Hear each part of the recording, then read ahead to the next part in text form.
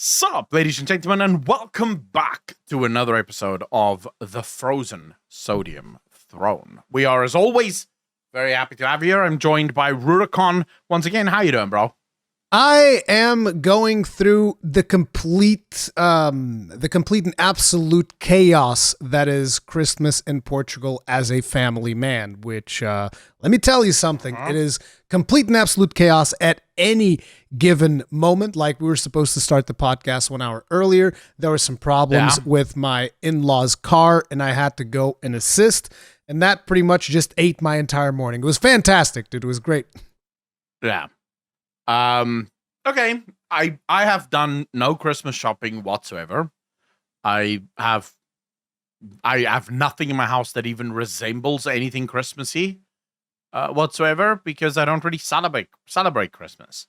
So yeah, I have none of those problems. I'm currently avoiding every single public place where people can possibly be. I don't go to the mall because it's too fucking busy. Yeah. I go to the beach at 6 o'clock in the morning because at 7 it's way too busy and I don't want to be there anymore. So yeah, right now I'm just avoiding the outside until all of the people from the north of South Africa fuck off back home and Cape Town can return to normal without the invasion of all the outlanders. Dude. So yeah. I'll tell you what. The whole Christmas shopping part is the reason why I don't like Christmas, because I love hanging out with the family and like family meals and all of that. I'm totally into that. The Christmas shopping part of it, though, makes me want to end myself, dude. But luckily, it's the same thing for my wife. So, dude, we are so efficient. I kid you not. We went into the mall and we picked like a specific day that we knew there wasn't going to be a lot of people there.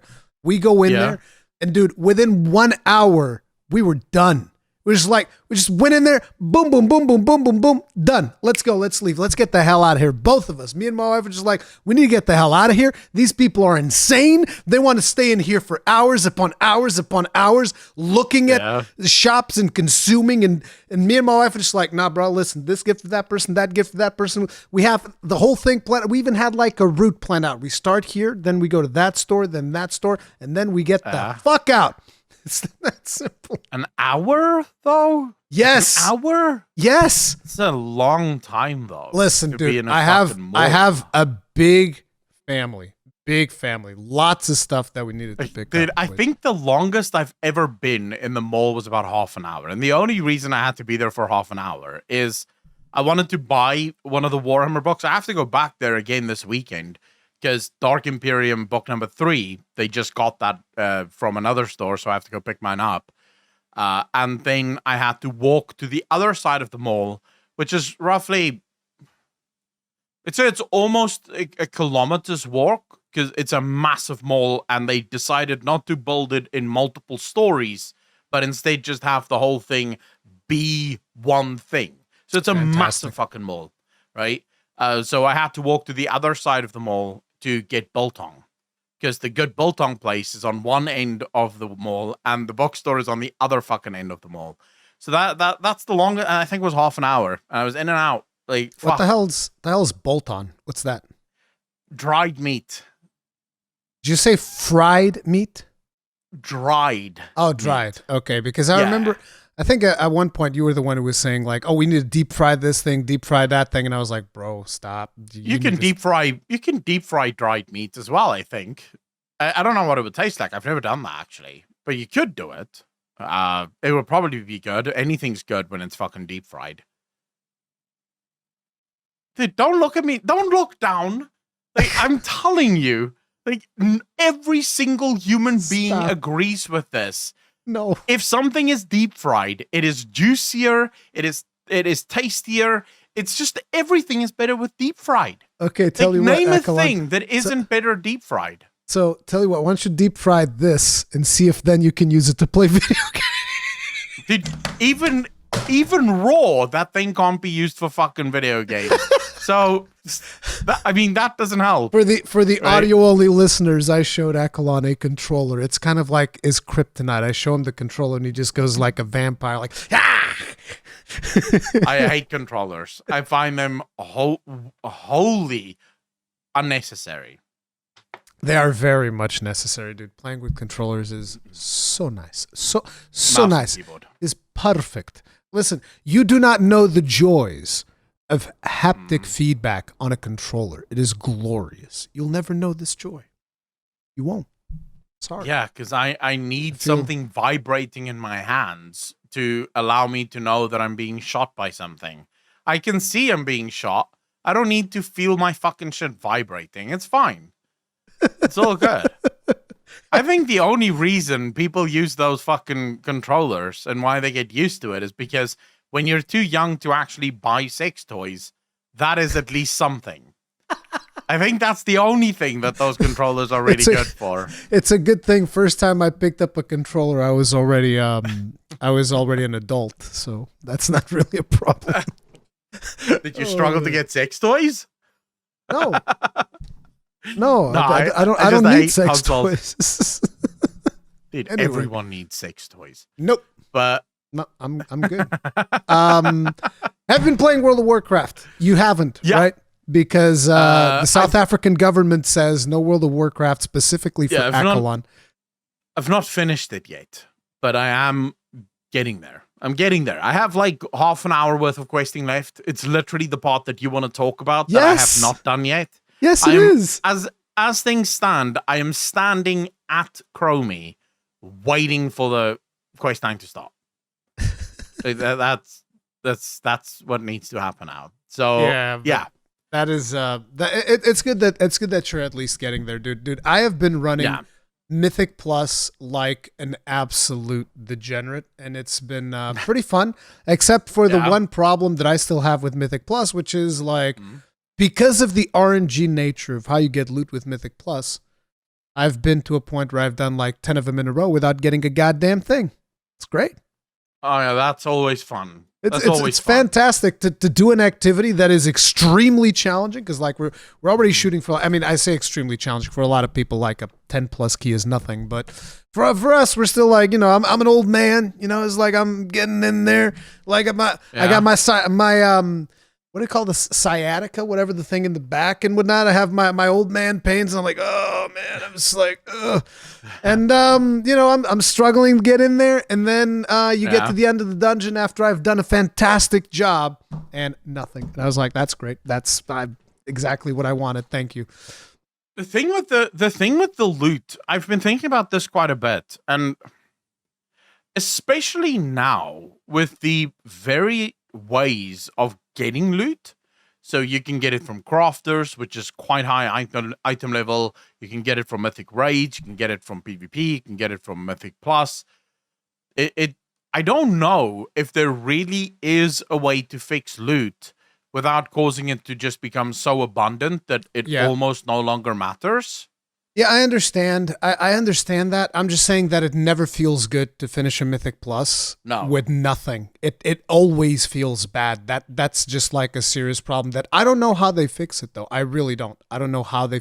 I just feel like, hey, if you don't crafting resources or anything, right? You get some crafting resources, but it's like, look, I haven't even done any work order stuff at all. I don't even know how to use that stuff. What I can tell you is that the crafting stuff appears to be extremely expensive. So, like for instance, I want to enchant my weapon because I have a pretty reasonable weapon right now. The cost of the cheapest, also known as the crappiest version of the enchant that I can put on that weapon is $14,000. Jesus. Now, you want to know what is the best enchant that I can put on that weapon? Yeah. That's $140,000. Gold. Yes. Yes. Wow. Talk about gold sinks. Like Blizzard have really upped their game on gold sinks. Yeah, dude, it's way too expensive. And it's like, look, here's the interesting thing. Because I did double gathering like an absolute degenerate, I can afford it.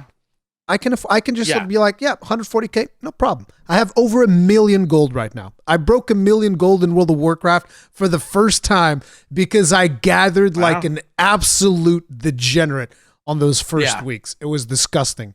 I sold it all, and it was great. I loved it. Well, I didn't even sell it all. I sold a decent chunk of it, and then I used a lot of it to basically fund my friend's crafting, because I have a friend of mine who's running engineering and what's the other one? Alchemy. So he'll be able to do like files for me, which is kind of like the new flasks. They're called files now, whatever. So he'll be able to do those for me, and he also has the engineering thing that allows him to resurrect because he's a demon hunter. So that's kind of like the whole point. Oh, okay, yeah. So that we have an additional res. I mean, the fact of the matter is it's always been the case that things get more expensive in the beginning of an expansion, and then they start falling. So I'm expecting that the price of these ingredients will probably remain stubbornly high for, let's say, the next month and a half, maybe 2, and then they might start falling.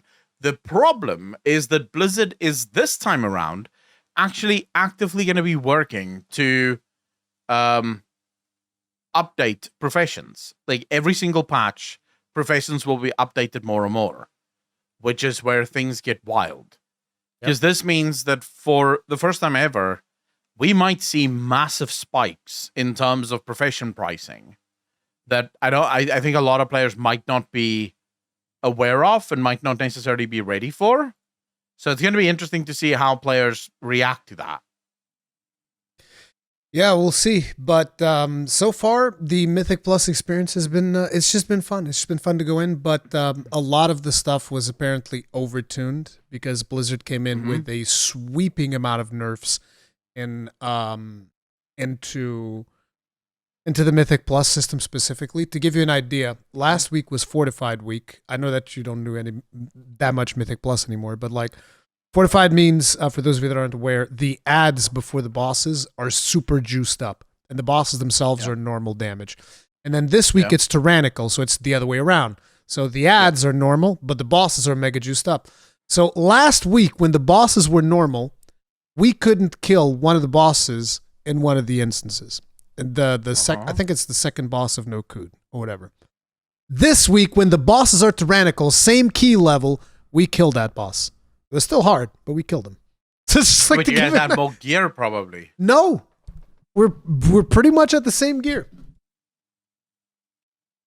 I know it's wild. That's smarter. No, that's the level of nerfs that boss went through. That the tyrannical version is now about in line with what it was last week when it wasn't tyrannical. It's like, all right. Well, as long as like. I would rather things are overtuned than undertuned, because especially with Blizzard being so quick to apply nerfs, being so quick to realize, wait, this is way overtuned, let's get this down. But I would rather things be overtuned. The problem with undertuned is you can never unwind it. Once you've undertuned something, even if you do buff it, those that have already killed it have killed it. And if they've gotten the piece of loot from it, they've gotten the piece of loot from it. No, but you don't. There's nothing you can do now. In Mythic Plus, that's not as big of a problem. In raids, maybe. No, but in general, I would say that is a decently large problem. If you have something undertuned to the point where people can do, what's the max now? Plus 15 that gives you best gear or whatever. I think 20s is where the gear caps now, but I'm actually not 100% sure. But there's already there were people clearing 20s on week 1. Yeah. So I would say, let's say it's so undertuned that someone can get to plus 20, finish it, and get all the gear from it. It's done now.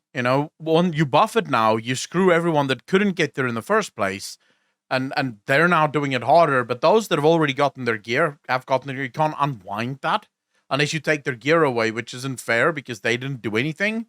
They were not the ones cheating here. You just under-geared. So I'm perfectly fine with that. What I will say is it's been remarkable how quick Blizzard have been so far in Dragonflight with everything. Yeah. Bugs that's going on. Like every week there's a blue post with a bunch of bug fixes, a bunch of fucking nerfs and buffs and balancing stuff going on.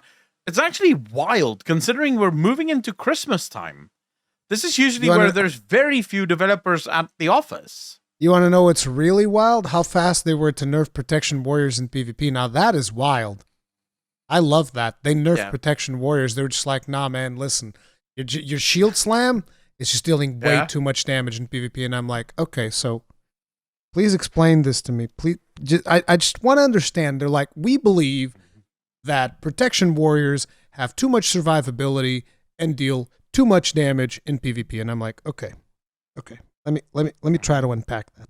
We have too much survivability. We literally take 50% more damage just for being tanks. I'm squishier than a fucking clothy right now. So please explain to me, where's the survivability coming from? My ass? I don't know. I'd like to know. I think it'd be interesting to know. Because I'll tell you what, I'll jump on a holy priest and I can stay there literally all day. I can stay on top of a holy priest all day and there's nothing that I can do about it. I can jump on top of a resto druid and I can stay there all day and there's nothing that I can do about it. I'm just trying to understand why you gotta nerf my class. I just want to say, what's always funny to me, we had this with the paladins and I think it was Legion. Paladin tanks were also just ridiculously overpowered. And then Blizzard came in and rightfully nerfed them. And suddenly the paladins were like, what?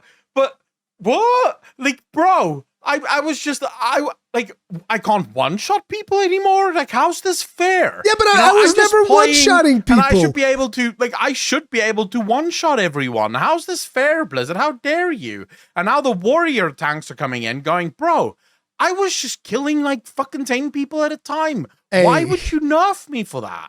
Hey. Like, dude, you told me yourself that you got ganked by people and then just shat on like 2 people and kept shitting on them because fuck them, you're a warrior. And now the Blizzard is coming in and saying, hey, hold up. The other people should at least stand a chance. The warriors are like, what? How's this fair? I sabotaged myself is what you're saying. Exactly. I should have kept my fucking mouth shut. Yeah, you guys should complain from the beginning. Do what us warlocks do. We're top of the DPA slog, and then we complain that we're bottom of the DPA slog. And Blizzard goes, fuck, we have to buff them a little more. You have to do what us warlocks do. We figured this out. Lux is another class that is so insanely tanky right now. Locks are beast tanks. Like, I struggle to get them down. That's what it should be, bro. That's how it should be. Yeah, you guys should be tankier than a protection warrior. I think that's reasonable. Yeah, I think that doesn't completely destroy the whole survivability argument that Blizzard comes in. But besides the PvP in all stuff, fairness, and I just want to say, from a lore perspective, technically speaking, from a lore perspective, warlocks should be one of the most difficult classes in the game to kill. Their entire stigma, their thing, is using the lifeblood of their enemies to keep them alive.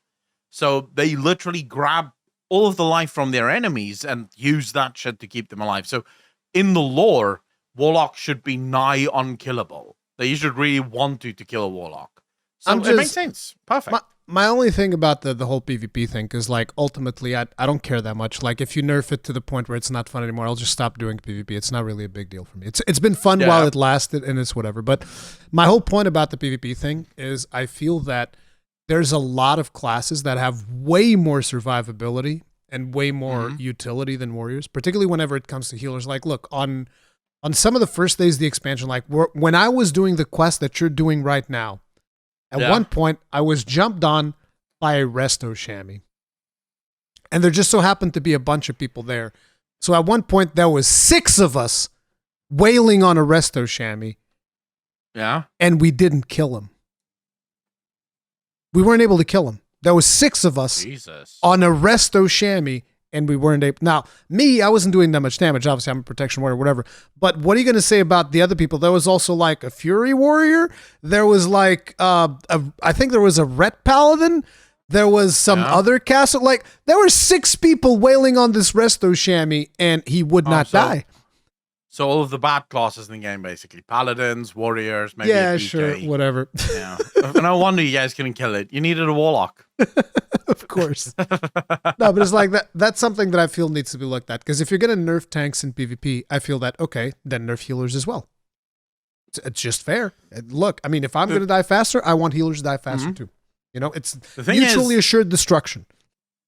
Yeah, but you see, the thing is, So we would have to, because remember, World of Warcraft isn't balanced around single target or 1v1. Yeah, I know. It's balanced around 3v3.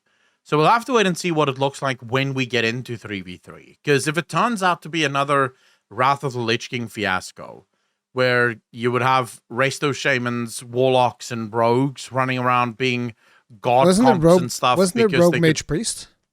I always thought it was rogue at mage one priest. point it was. Yeah. At one point it was. I think one of the patches had mage priest rogue running around being unkillable. But god comp at some point was also shaman, warlock, and something else I can't remember. But the reason they were the god comp was because you couldn't kill them. Like they were just together. They were literally couldn't kill them. Couldn't take them down. They healed too much. They were too strong. So they would just outlast you effectively, no matter what you did. As long as it doesn't turn into that, I think you're fine. You know, so we'll have to wait and see what the 2v2. I don't know much about PvP. I'm gonna be honest. So from my perspective, they can remove PvP from the game, and I wouldn't even fucking notice. I'm far more interested in just the general game, and for that, I think this leads nicely into our first topic, the roadmap. We have to talk about the roadmap because it is. I think I speak for almost everyone when I say this is perhaps one of the greatest things ever. I don't remember when was the last time that I saw a World of Warcraft roadmap. I'll tell you that much. That's for damn sure. I think the last one I saw was very sort of like, it was after the lawsuits and after all the fallout, where Blizzard gave us a roadmap for 9.2 and onwards. So they told people in 9.15 all the stuff that they're adding to the game, and then what is going to happen in 9.2 and also what is coming in 9.25. But that's as new as roadmaps are. Blizzard never used to do roadmaps. It's one of the things that I've always complained about is this. It's people will be willing to wait for stuff if they know what they're waiting for. If you tell them, look, guys, this is the plan. This is what we're working towards. People will be excited for that. Now, the only thing I would love to see from Blizzard in going past this point would be a long-term roadmap. So kind of like what Yoshi P did for Final Fantasy XIV, where they give these roadmaps for every single expansion, but then they have this roadmap that explains how they're going to update the graphics in every single zone until the entirety of the zone has been updated. You know, and all the long-term stuff that they have planned. I would like to see Blizzard do that. So tell the player base, hey guys, so housing, we're working on that. That's coming 5 years from now, whatever the case may be, right? That's some copium, dude. Housing, we're working on that? Yeah, right. I do believe that they are. I've spoken to someone that is like close to Blizzard, not in Blizzard, but they're close to someone that is in Blizzard. And apparently housing is something that Blizzard takes incredibly seriously. Like they have teams that's breaking down how can housing be done with World of Warcraft's engine, like what changes need to be made in order to make it work. So it is something that Blizzard is serious about. They know that it has to happen at some point. Their biggest question is just constantly coming back to the when. This is where a roadmap comes in. Because this is where you tell players, listen, your housing is going to be here, but it's going to be within the next 5 years. That immediately tells players, all right, I can stop asking for it because I know it's coming. Whereas now, almost all players that want housing is sitting there thinking, is it ever coming? Am I ever going to have housing in World of Warcraft? And that's annoying. And this comes from a person that I genuinely promise you guys this. I don't give a fuck about housing. Yeah, me neither. I couldn't care less. If housing comes to World of Warcraft, I will not have a house. I find it. I might. Dude, I don't even want to. The one thing that usually bothers me about housing in most MMOs is whether or not it requires maintenance. Because like 14's housing requires you to log in, I think, every 45 days or something like that. And if you don't, then your house gets demolished. And it's like, well, that kind of sucks. It's like you spent all this money on a house and now it just like it goes away if you don't log in, right?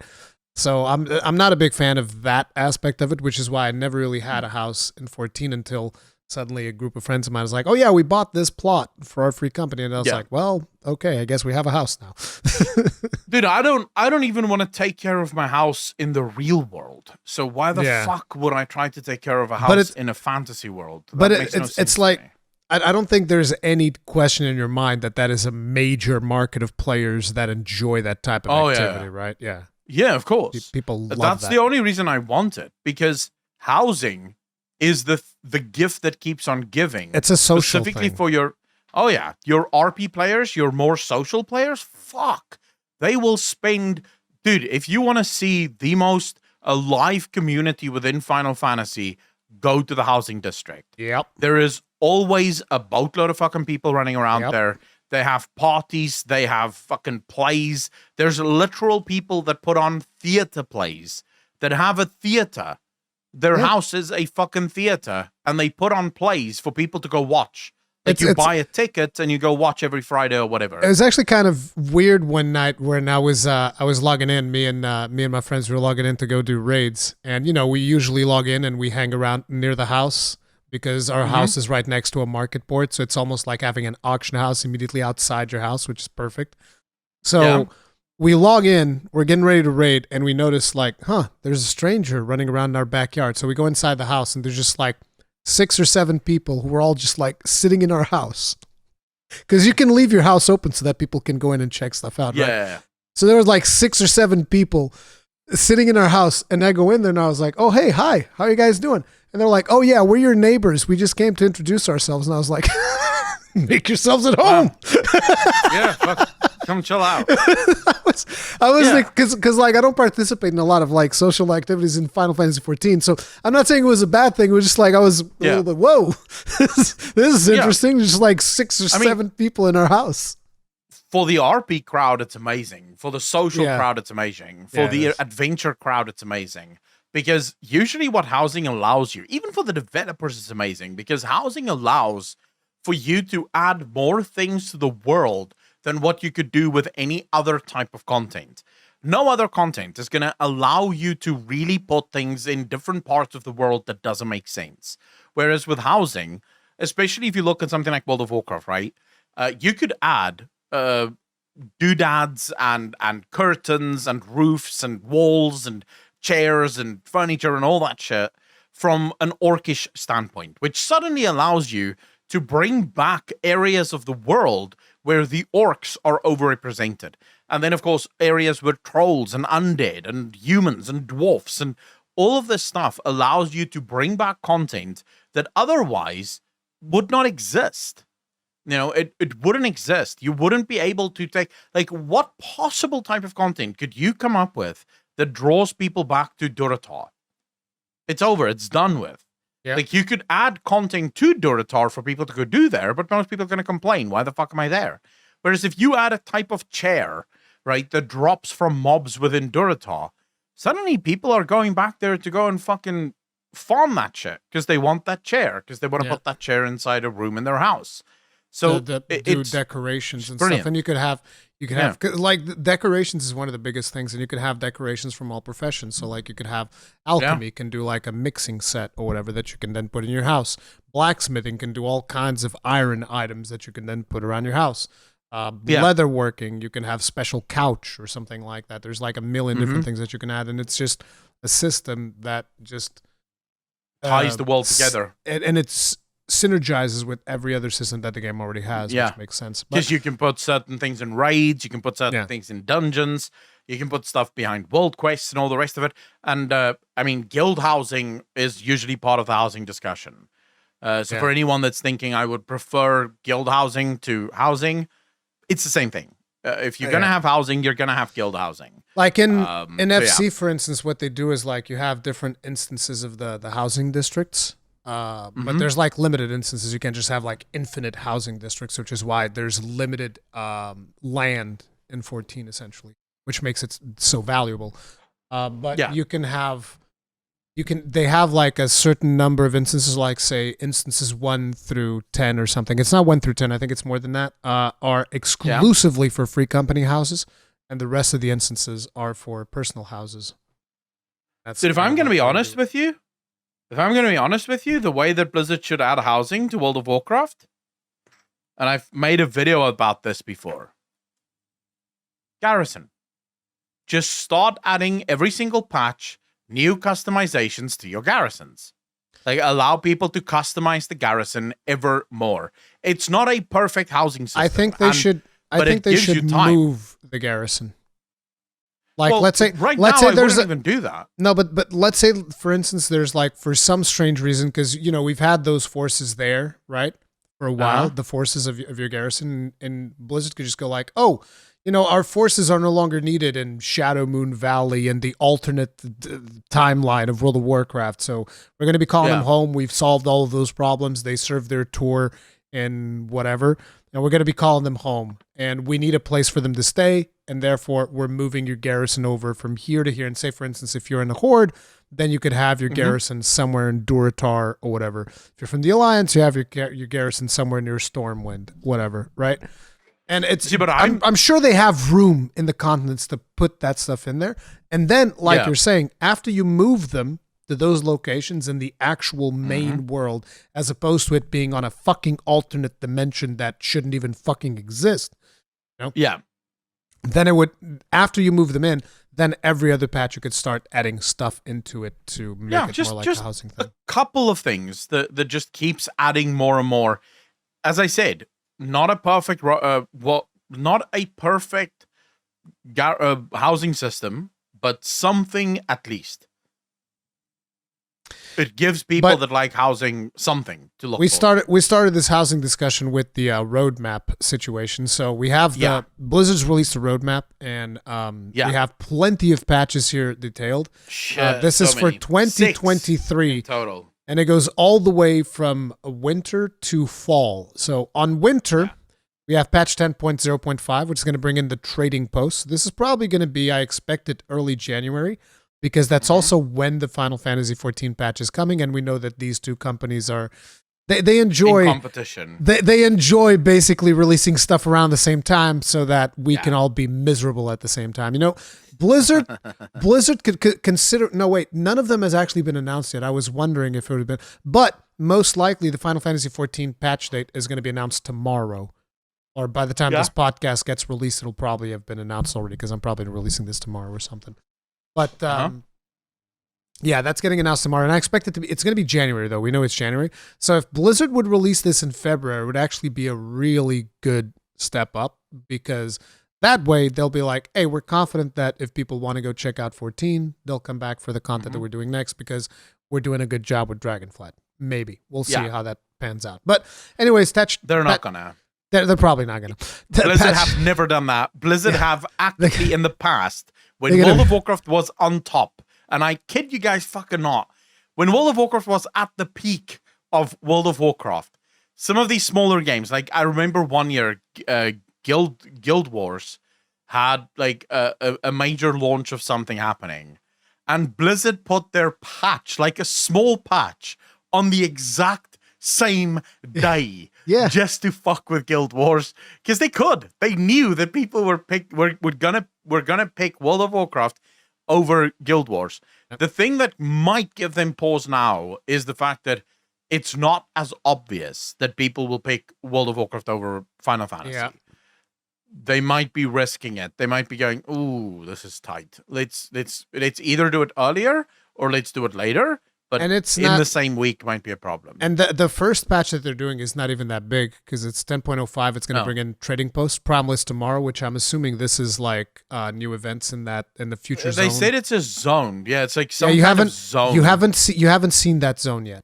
It's part of the story that you haven't seen yet.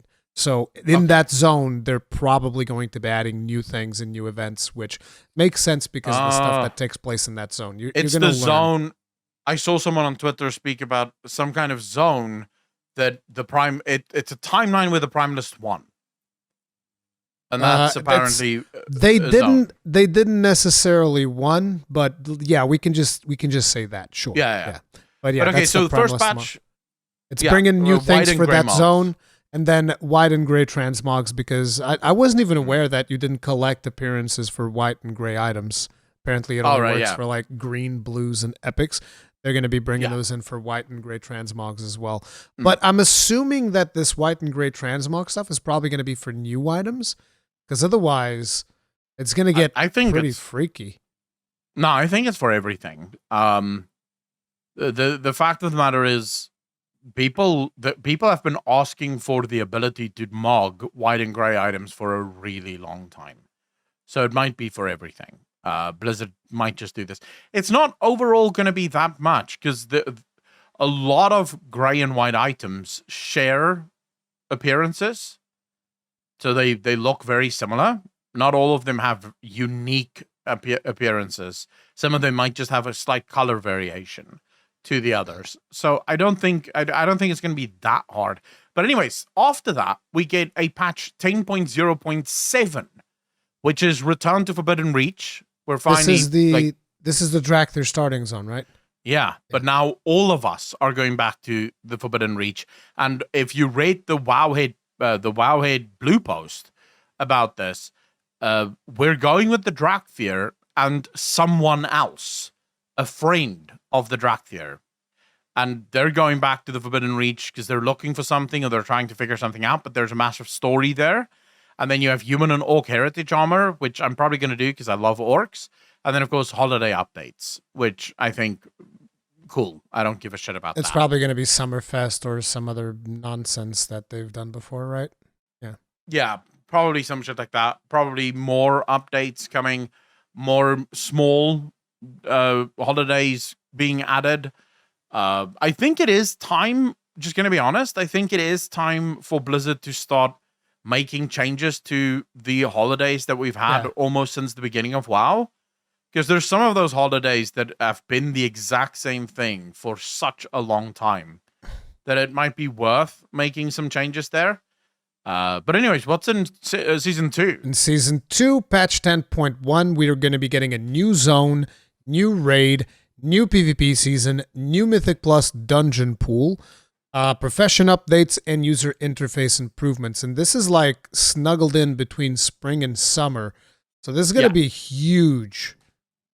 Changing up the Mythic Plus dungeon pool will be interesting. There's no new dungeons, but changing up the Mythic Plus pool rotation for me is like the thing that I'm most curious about. Hopefully, less dungeons with RP, because dungeons with RP are annoying as hell to do in Mythic Plus, dude. There's one right now, the Court of Stars. I would just delete that dungeon. Screw that. It's terrible. I don't want to play. I really wish that Blizzard would just remove the RP from dungeons to begin with. Just why is it even there? I think the first time is fine. From Mythic Plus. Yeah, from Mythic Plus. I think in Mythic Plus it should be removed. I mean, the dungeons tell a story, so RP and normal dungeons is fine. I mean, when you do the Mythic Plus, no one is there for the story in Mythic Plus. Nope. Like, there's not a single person that goes, I really want to see the story in this dungeon again. Let's do a plus 15. Just to really immerse myself in this fucking story. No one's doing that. Because Court of Stars is an amazing dungeon, but I remember doing it back in the day in Mythic Plus and getting seriously annoyed because you can see the timer, you're right there, but it's RPing, and you know that RP is going to make you not be able to clear it. Yeah. So always annoying as fuck. But then, of course, we have patch 10.1.5. We have mega dungeons, world events, and content system updates. Now, the hell's a mega dungeon? Because I haven't been playing the game when these mega dungeons get launched. Is this the whole thing about Mechagon, how it then got split into 2 dungeons for Mythic Plus? So it's kind of like that? Yes. So let me tell you something. Streets of Tazavesh was the other one, right? No, it's not Streets. It's just Tazavesh. Tazavesh. Yeah, that dungeon sucks. Right now, Tazavesh sucks. you have 3 mega dungeons in World of Warcraft as things stand. You have Karazhan. You have, oh my god, Karazhan is so bad in Mythic. Jesus Christ, dude. But Karazhan is fun as fuck, though. It is, but in Mythic Plus, it's terrible, dude. But it is fun as fuck, though. Yes. So, like, as an heroic, I'm sure it'd be fun. But yeah, okay, so they're adding a new mega dungeon. It's always exciting for people when these new mega dungeons come out because they're really fun, at least the first few times to do them. But what I'm more excited about, going through all of this, and you'll see with the next seasons as well being added, every single one of these patches come with story. Every single one of them, even the smaller ones. And as I said in my video covering this, as a lore person in World of Warcraft, it's always been one of the worst things to be, because Blizzard used to have patches every 3 to 4 months. And then big patches every 6 to 7 months. And as a story guy, you would wait 6 to 7 months every single time for new story to release so that you can actually see a little bit more of the world and get a little bit more lore out of the game. Whereas now it's going to be, and I think this is actually something that I want to say before we even go. I didn't even cover this in my video about this. Do you realize that all of this is in 2023? Yes. Expansions on average. And no, and here's the 2 thing. years. It's not even all of it. I think there's more in 2023 after this because they only cover it until fall. And winter in the blue post, they said winter still starts in 2023. It doesn't start in 2024. So yeah. Yeah.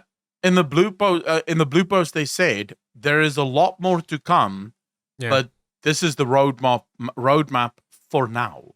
And it's interesting that you're talking about the story because let me tell you right now, you have a lot of grinding to do, my friend, if you want to see the whole story because the story is behind the rep grinds. You got to get those reps up.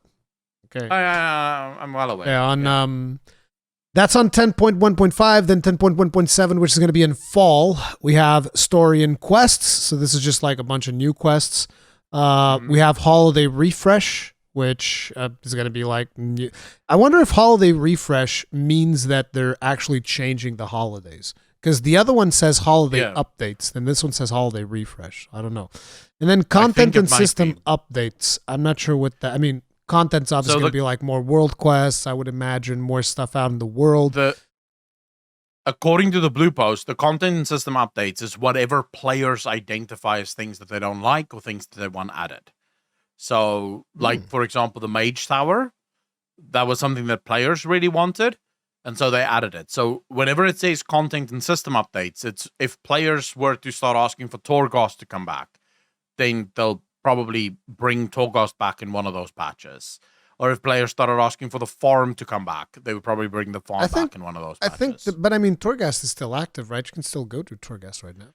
Yeah, but right now it would be, you'd probably overgear the fuck out of it, or not overgear it, but you would be way too high level for it. I don't know how it deals. See, that's why they. Does it that's scale why you they down, need. Or? That's why they need to add scaling into a lot of the things in World of Warcraft, and you can still run it unsynced or whatever if you want to. But like, because Torghast could very much fulfill the deep dungeon side of things, which would be really, really cool, I feel like. And you could put a bunch of like cosmetics in there and stuff, especially when they've now decided that they're adding cosmetics to the traders, whatever the crap, like the trading post. Yeah. You could have, new cosmetic items available in Torghast, and people would run Torghast to get cosmetics and potentially mounts and stuff like that. Like stuff that isn't really, it's not really super interesting. Say, for instance, somebody's still going out there every week farming Invincible. What if Invincible also had a chance of dropping at like max level Torghast, I don't know, floor 50, whatever the crap, why not? Yeah. It's at least 2 shots that you have throughout the week. Then again, people would feel like they had to do it because people are degenerates, so I don't know. The thing that I would do is I would come up with a singular pool of cosmetic items. So just make a bunch of cosmetic items and throw them into a singular pool. Make it the trading post pool. But then also add that to, say, Island Expeditions and Torghast. So Island Expeditions and Torghast comes back. Oh yeah, good point. But now they share a cosmetic sort of transmoggable item pool. So if you want to get, if you just want to do Torghast for your cosmetics, you do Torghast. If you just want to do Island Expeditions, you do Island Expeditions. You basically choose your poison of how you want to get these cosmetic items and just keep adding to it over time, and people will just keep doing it because, some people really love transmogs and stuff like that. So, yeah, I can definitely see them bringing content like that back. But that, of course, leads us straight into Season 3, which is the final season that we have on the roadmap. This is where, again, we get a new zone, we get a new raid, we get a new PvP season, new Mythic Plus and Dungeon Pool, and then additional content and features. And then, of course, there's a shit ton after this that still needs to happen, because this only takes care of Dragonflight in 2023. Now, there's 2 things that can potentially happen here. Option number one is that Blizzard is going from a 2-year scheduled expansion window to a 1-year expansion window. So the next expansion is going to be announced somewhere next year. Because if you think about and it, release Blizzard next year? Here's the thing. Probably towards the end of next year. So at the same time as this released. But here's why I say this. Blizzard said in Shadowlands that they are moving away from the 3 major patch system to a 2 major patch system. They feel like it's much better to have 2 major patches and then a bunch of smaller minor patches, which this is literally it. Dragonflight has 2 major patches and then 4 smaller patches in between those 2 major patches. Do you think that can work? I think it's not enough time. I think it's not. Well, it's just not enough. I mean, again, it depends on how the inner workings are at Blizzard, because of course we don't know everything, right? Supposedly their team is much, much bigger. Obviously, they're already going to be working on the next expansion at this point, so there's going to be a part of the team that's working. When Breach went to Blizzard and he spoke to the Blizzard developers, I believe it was Ian that told him that the next expansion is basically done. They already know what's happening. They already have most of that shit laid out. Like, the next expansion is basically done. They're now just working on it. I don't know if because here's why I think that can be dangerous. There's another game that does the exact same thing. Star Wars. Star Wars does a new quote-unquote expansion every year almost. And they've announced that they're moving away from their yearly sort of expansion stuff because, well, you're limited in how big you can make an expansion when you do it yearly. The thing is, I think it's too much pressure to keep up for doing yearly stuff. It's way too much pressure. You have to think about the headaches, for instance, of just, okay, so how do we do the leveling? So we're going to be level 80 next expansion, and the next one we're going to be level 90. That means that in 2 years we're at level 90. Then it's like, okay, we're going to go above 100 again. Is that what we're doing? I don't think it makes a lot of sense because they have to constantly think about these things. As a matter of fact, for starters, I think we need to go back to like 5 levels because they're going to have to do another level squish. I'm just already thinking like far into the future. Like, what are you going to do? Because eventually you're going to get to level 100 again if we keep leveling up. And then what? Yeah. We reset again? We just keep leveling 30 levels at a time and resetting? Doesn't make sense. This is a problem, and I don't know what the solution is, but this is a problem that they're going to need time to fix. And if you were to go, stop leveling? No. It just resets every single expansion. So you go back to level 50. So let's say, for instance, you go back to level 50 and then you level up to 60, then you go back to level 50 and to 60 again? Yeah, by the end of this expansion, you're level 60, right? And you level up to 70 again. And then by the end of that expansion, you go back to 60 and you level up to 70 again. So you just can't. The thing is, people are looking at it now and they'll be like, feel terrible. That's going to feel terrible. I don't think so. I think once people get used to the idea of, the levels is really just a way of keeping score of when you're at max level, I think people will be fine with it. I think at that point, you should just remove levels. You should just remove levels at that point. It doesn't make sense. Levels is still a good way of keeping track of things, so I wouldn't remove levels. The other option you have... I mean, look at it like this. Most people leveled up and I'm talking about like casual people, not like the super hardcore people, because the super hardcore people level up the cap in like less than an hour or something like that, or 2 hours, or I forget exactly how long it was. But even casual people that were just like cutscene skipping and going as fast as they could, they still got there within 5 hours. Yeah.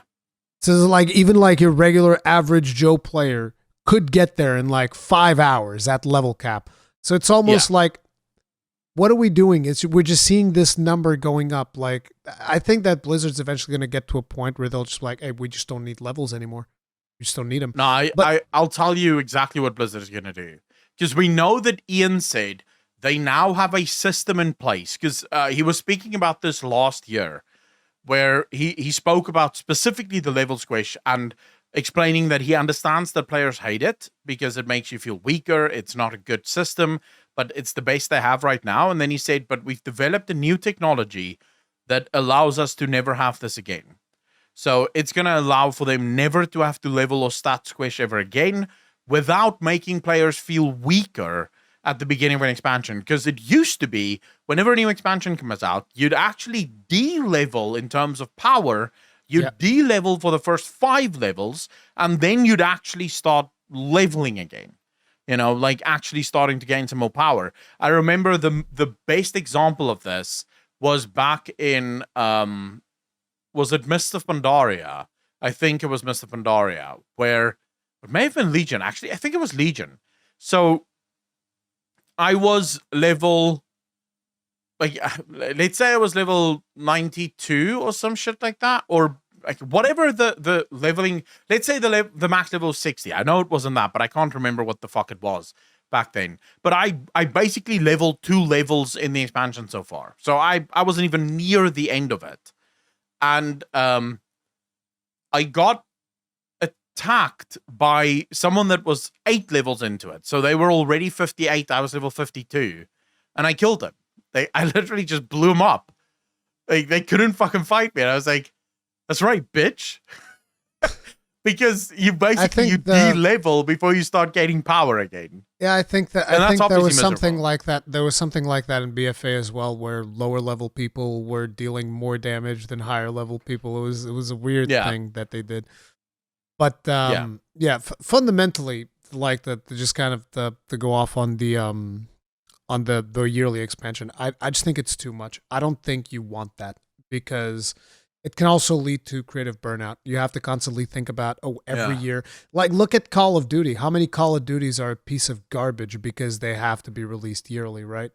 It's like every 2 years or so, like a good Call of Duty comes out. Yeah, it's probably because if it was in the oven for 2 years, it'd probably be better.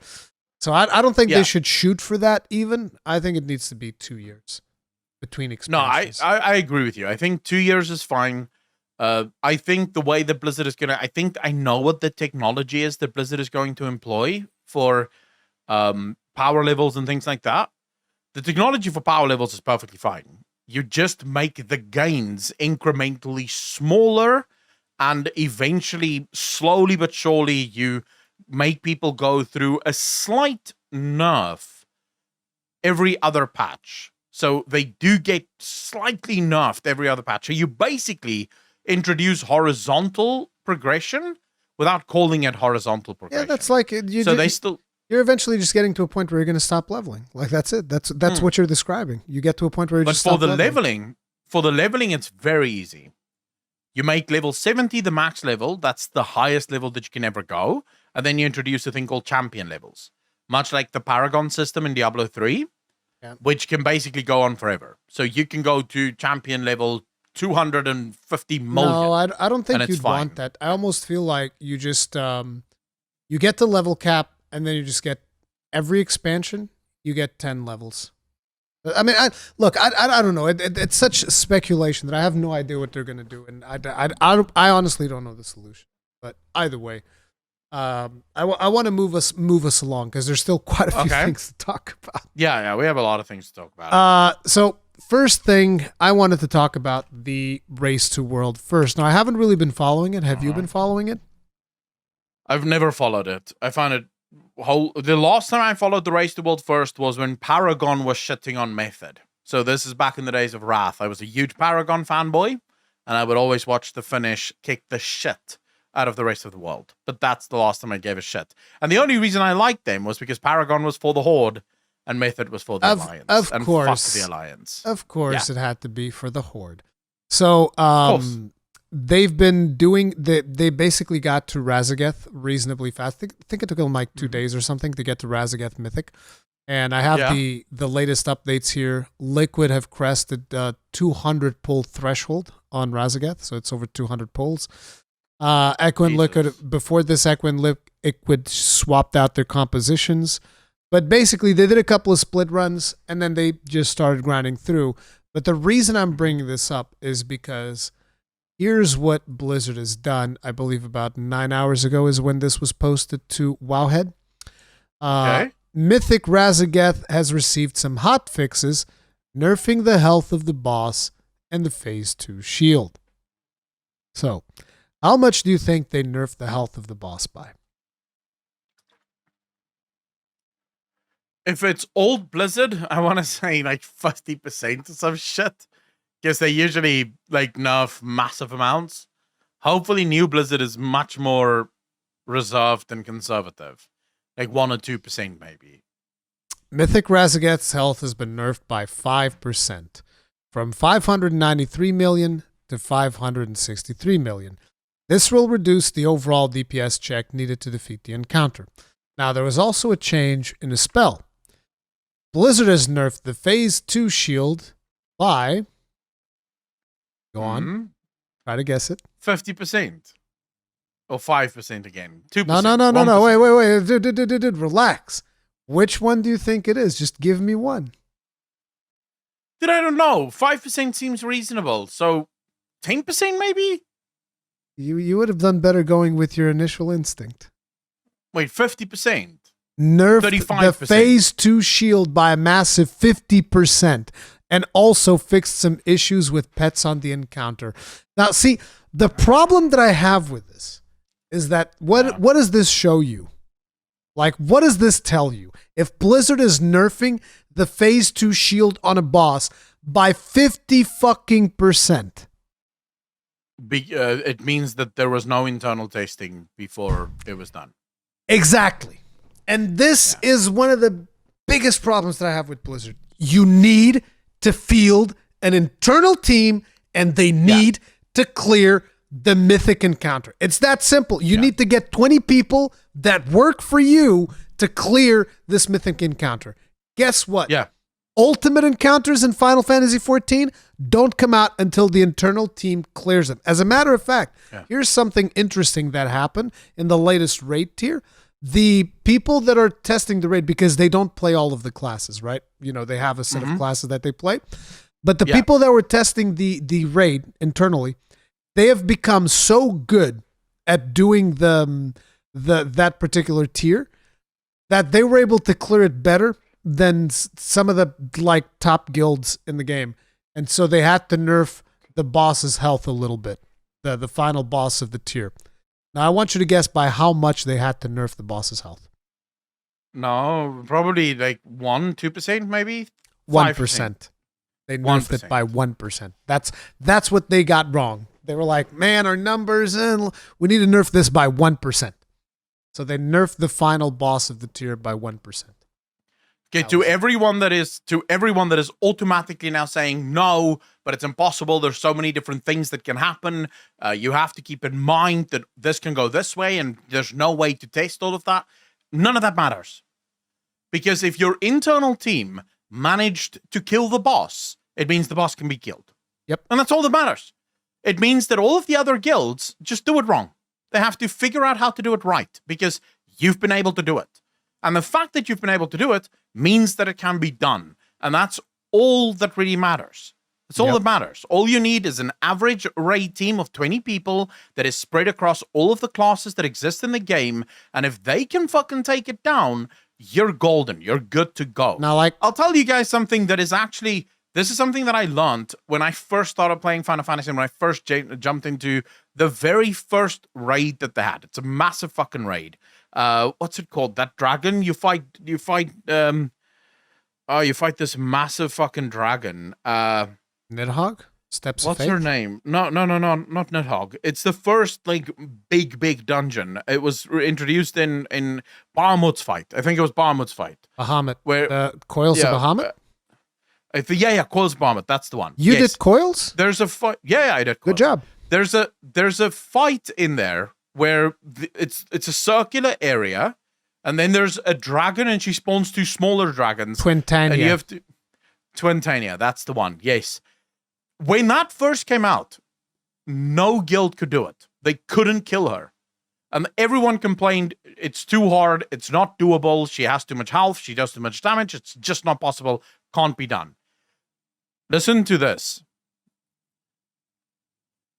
This is Giga Chat response from Final Fantasy's developers. All they put out was a singular blue post that said, "We've done it. Good luck." That's it. We've done it. Good luck. Sounds like a skill issue to me. Yeah, because they have already done it. They know that they can do it because they've done it in-house. It is doable. This is Get the way. good. That's it. This is the way, man. The fact that you have to come in, and it's not just the fact that you have to nerf things. Nerfs will happen. Of course that will happen. But when you come in and you have to nerf something by 50%, that tells you that there was no real testing in-house before this went live. Because you would have known beforehand that, okay, we were able to do it, but only just with our composition. Yeah. And our composition was a little bit lopsided. So there might be a chance that we're going to have to step in with a 1 or a 2% nerf in order to get it down. But when you nerf it 50%, that tells you that they didn't do this in-house. Some of my friends that I do Mythic Plus with, they follow the race world first, and they were telling me that apparently the first version of the boss before the nerfs was mathematically impossible. And I was like, well. Jesus. Oh my. Yeah, but that happens often. Now, you could make the argument, just to be fair to Blizzard here, you could make the argument that Blizzard has one thing that Final Fantasy doesn't have, and that's talents. And talents make a massive difference. Not only talents, but Blizzard has specs.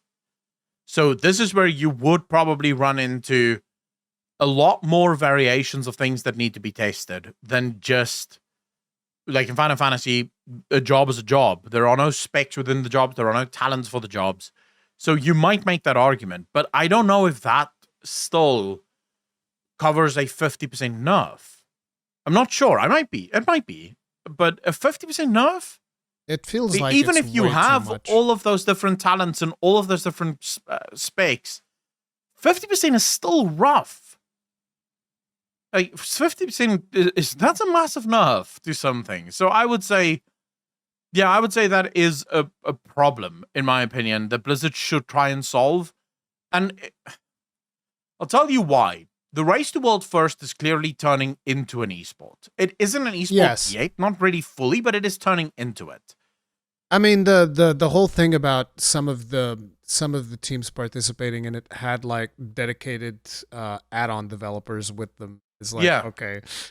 I mean, these guys are taking it serious, and there are guys that's making this into a business, into a job. Method is doing a tremendous job of actually making money and getting sponsors and all the rest of it. You know, it's a full-blown show now. They have casters and everything.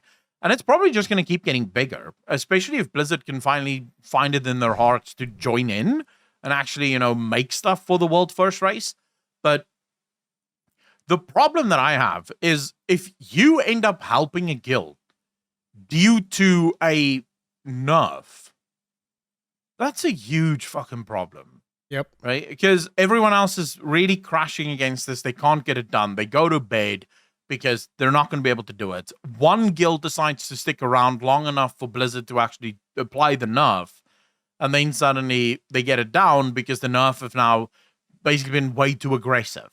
And they get it down. That feels really bad to everyone else that is involved. And I would say, I wish Blizzard would get involved in this. Why? Yes. Because what would end up happening then is Blizzard would step in as soon as they see something that's wrong and they need to nerf something. They immediately reset everyone in the raid. Everyone gets reset. Everyone part of the World First raid gets reset. Blizzard applies their hotfix, and everyone starts at the exact same time. Getting back in, getting to ready again, start pulling again. And then so you have Blizzard. So you mean you'd have to raid by Blizzard hours? They would decide when you raid and when you don't. Yeah, that would make sense. Yeah. Yeah, so the raid goes, say, for 12 hours, the raid is open, and then Blizzard closes the Race to World First raid. So Mythic basically starts only as a Race to World First. And once that's done, Blizzard opens it for everyone else. I think it's going to take months sense. And years for most people to get into Mythic anyways. So it doesn't matter. I agree. Yeah, I would love to see that, because that makes it fun and interesting. That would be cool, indeed. Yeah. But moving us along, that was the Race World First, which none of us really follow, so there's not really a whole lot more to say. But like, the next thing would be that Blizzard has a new Dragonflight trial that I wasn't aware of that is going to be running through until the 2nd of January, which basically means if you don't own Dragonflight, but you happen to have an active subscription of World of Warcraft, you can check out some of the things in Dragonflight. You can play as a Dracthyr Evoker. I think you can only play as a Dracthyr Evoker, right? Yeah, you have to create a Dracthyr. Yeah. And you can level up that Dracthyr all the way up to level 63, which gives you access to the Waking Shores area, and you can try out dragon riding, which I think is what Blizzard really wants to do. They want to put dragon riding in the hands of people because they probably realize that this is a really cool feature, especially because they've been listening to this podcast and they know that you and I can't even stand regular flying anymore. Let's just be real. Oh, yeah, I hate regular flying. Yeah, I'm going to be honest with you. It's for losers, dude. Losers use regular flying. I think regular flying can now be removed from the game successfully. Yes. I don't think that regular flying is... I've said this so many times. Regular flying isn't good for the game. It's not. Whereas this is actually... It takes care of the flying thing, but at the same time, you're actually involved in it. I love how we went from you telling me last time that I brought this up that like, oh, we're going to get so many bad comments in this video, and now you're basically saying the same thing I was saying. Yeah, because I've hated flying, just to be clear. I'm very consistent on this. I have hated flying since the day that it was introduced. Yeah, me too. Because flying allows you to skip actual content without actually giving you more content to do.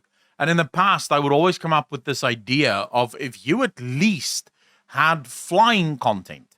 So as soon as you fly, there's new places that you can reach as a result of flying with new battles and things and maybe some air combat and stuff like that.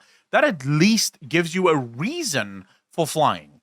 Whereas flying in general is only meant to skip content. Yep. You get on your flying mount, you hit auto run, and you just fly to wherever you need to be, land and do your thing and fly back. This allows you to do all of that. You can still skip it, but you have to be actively involved in it. You have to make sure that you stay aloft. And once you're fully maxed on flying, it doesn't even matter. You can stay in the air for as long as you want, really, but you're still involved in it, you know? And even now, I still find myself, once I get near a cliff, I go straight down. Yep. Because I want to get as much speed as possible. I'm still finding it so cool, so cinematic. It's really fun.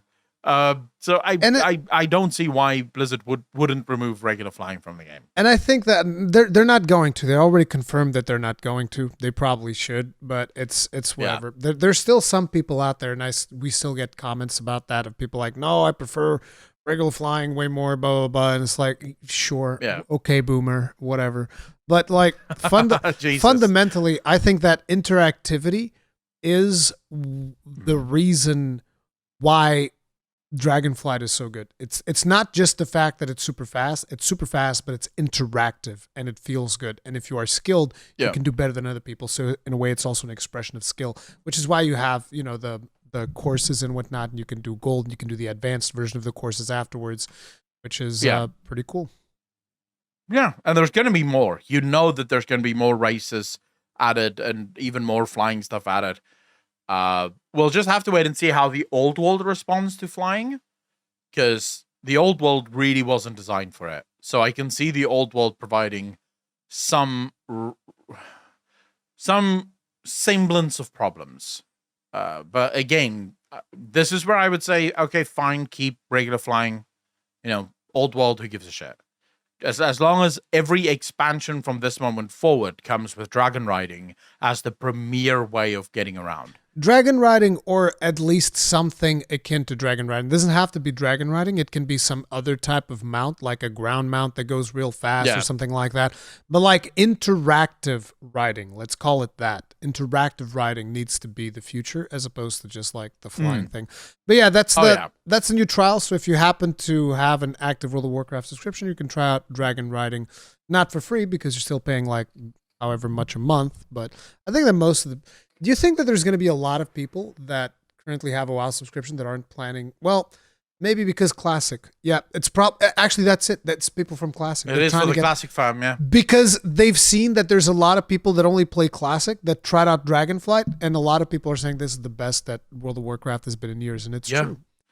I'm right there. I'm saying that. Which is, dude, it's one of those things that is like, if you were to tell me that I'd be saying this after playing Dragonflight, I'd be like, nah, dude, it's gonna crash and burn. It's gonna be a shit. As Taliesin says, it's gonna be a shit show. It's 1,000% gonna be a shit. And no, they freaking pulled it off. The expansion is actually good. But we have to talk about something else here that I completely forgot to put on the list, but it needs to be said. Okay. Tell me. And I know that this will trigger Taliesin because he thinks this guy's cringe, but I will say, our God Emperor, the man himself, the myth, the legend, is returning to Blizzard Entertainment and more specifically to World of Warcraft, Mr. Chris Metzen. We talked about this last time, though. And no, but I want to talk about the fact that some people are very upset about that. Really? Some people like Taliesin. Yeah, they're very upset about it. So there's this general belief that Chris Metzen knew about all the things that was happening within World of Warcraft. He knew about the sexual assault stuff going on. Yeah. And he just turned a blind eye to it. And he, just sort of kept coaxing along. Now, I want to say to those people specifically. Like, I just want, sorry to interrupt you, but it's like, we talked about this last time as well, where we said we just don't believe that he's a confrontational person. It's not even just that. But keep going. If you're saying that he definitely knew, if you're already deciding that, I think you're. I mean, in a way, you're being incredibly unfair because you have no evidence of this. Chris Metzen said he knew. I don't think he ever said he knew. He didn't say, I know, but like if you read between the lines of he posted something on Twitter or whatever it was a while ago, whenever the stuff was happening, and if you read between the lines, he was like, "Oh, I had the privilege of not having to deal with this and whatever." You can kind of read between the lines and I kind of knew that there was something shady going on. The reason I know that he most likely didn't know. And this is only because I'm at least I used to be very good friends with someone that works at Blizzard and that's been with Blizzard for almost since the beginning. Let's say, I think they started in TBC and they work, let's say, in the story-related area of World of Warcraft. So they don't do development stuff. They work in story-related stuff. And he had no idea. Because their department never had anything like this. Their department would come up with stories, cinematics, and stuff like that. It would get passed on to Alex Afrasiabi and his team, and that's it. Like, their department never dealt with any of this. They weren't part of it. So, they were also on opposite sides of the building. So they wouldn't even have seen it. I'm not going to say for certain whether he knew or did not knew. Like I said, if you kind of read between the lines in the statement that he made, the idea that I came out of that is that he knew that there was something weird going on. But again, I wasn't there. I didn't see it. But I will say, I think it's very hard for you to not be aware. I think it'd be very hard because, like, I'm pretty sure Mike Morheim was aware, and I'm pretty sure that Chris Metzen was aware. But I just think that they as personalities are two people that don't really want to deal with conflict. And that might be why that was allowed to proliferate as much as it did. So with the... Because they're giant nerds. Giant nerds don't like to get involved in conflict. Yeah, but again, just to be clear, the guy that I spoke to, I have no reason to believe that he would lie to me. No reason whatsoever to believe that he would lie to me. And he said, and he's part of the story, which was what Chris Metzen did. He was the director for narrative development at Blizzard Entertainment. So he worked with the story department, and they never had an issue. Even with all these lawsuits coming, there wasn't a single person from the narrative development side that came out and said that, they went through sexual harassment or anything like that. So it is possible that they just never knew because they don't work with anyone there. They're not really part of it. They write the stories for stuff. They're not really the only people that he would have ever dealt with would have been the other executives, like the lead gamers, the lead game designers.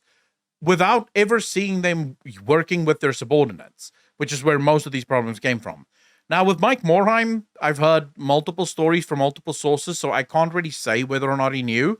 At the time, in the video, I made it clear that according to my sources within Blizzard, HR effectively blocked all of this going to Mike Morhaime in the first place. So there was a lady that came out that basically she DM'd me. And this is not, I still have the DMs. She DM'd me about her story. Her story was effectively this. She had something happen to her with a manager in her team. She went to HR, she complained. HR told her they'll take care of it. About a month later, nothing has happened. The guy is still doing all of the shit to her. She goes back to HR. She's like, listen here, what the fuck? Can you just please help? This is just miserable, right? And HR's like, don't worry, we'll take care of it. Eventually, she gets Mike Morhaime's personal email. She emails him. HR calls her in and says, hey, if you do this again, we will fire you. We'll deal with it. So they blocked the email from even going to Mike Morhaime. And she basically told, we will fire you if you do this again. This is not the chain of command. And she ultimately left Blizzard Entertainment. She started working at a different company. And she never got a resolution to this. That's why she ultimately decided to leave, because HR just kept blocking it. Again, it could be that Mike Morhaime was in on it. He knew exactly what was going on. We will never know. Even with all of that said, Chris Metzen ended up leaving Blizzard Entertainment. So let's say that you are all correct, and he knew about everything that Alex Afrasiabi was doing. He knew about all the sexual harassment that was going on, all that shit. Even if you are correct. That's not what I'm saying, though. No, I'm not saying you. I'm saying what I've seen on Twitter, what I'm seeing on YouTube. My there point are people is, like, that believe that. I feel like he had some knowledge that, like, something was going on, whether it was as details like, oh, this person is doing this or that. I feel like you can he was in a position where he could probably tell. That's kind of like my overall vibe on it. That you could tell that there was something wrong, and he didn't really do anything to solve it. Well, the thing is, that might be why he ended up leaving.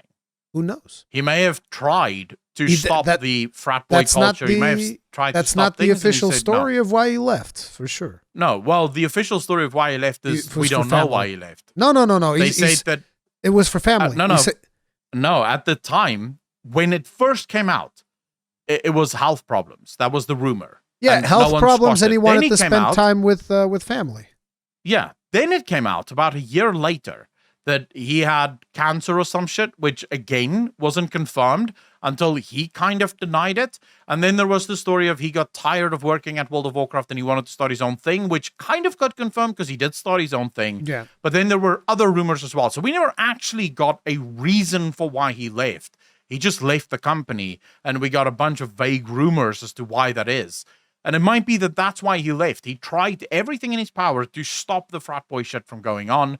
It didn't work, and he just said, well, fuck it. I'm out. I don't want to work at a company like this. I have a wife. I have a daughter. I have kids. I don't want to be part of this, so I'm leaving. And before anyone goes, well, he should have said something. That's not how that works. Yeah. If you know that someone's gone through sexual assault, that's not your job to say anything. It's their decision. If they don't want to say anything, you can't step in and say, oh, yeah, I know. Because here's what would have happened. If Chris Metzen came out and said, yeah, I know that Alex Afrasiabi has been sexually assaulting, who? He can't say who, because then he's outing someone that maybe doesn't want to be outed. So all he's going to say is, I know that he's been sexually assaulting people. Who? I can't tell you guys who. Well, then how can we fucking believe you? If you don't want to say who, how can we believe you? No, just trust me, bro. You know, what the fuck, right? So it's a catch-22. There's nothing you can do. You can just eventually leave. Fundamentally, I still think that Chris Metzen coming back is a good thing. That's kind of like just the point there. Yeah, but, I just wanted to discuss this because it's not important enough to make a video on, but it is important to be said. There's a lot of people that sort of immediately I wasn't aware that that was such a big deal that people were jumping onto it like that. Oh, yes. But yeah. It's like that was the reason why I brought it up in the last podcast, even, because it's like, hey, listen, I'm super excited that Chris Metzen's back. It's also important to point out that I think that he might have known a couple of things about it, and maybe he's not the type of person that wants to be too confrontational, or for whatever reason he didn't do anything about it, and I was kind of upset over the fact that nothing ever happened. But it is what it is. You won't find me pushing back on that theory too hard. Yeah. I know I've heard other things, but it's not like I heard it from God. It was like Jesus came to me and said, this is exactly what happened. Yeah, of course. Right? So I won't push back too hard when you say he probably knew. He probably did. But there is a chance that he didn't.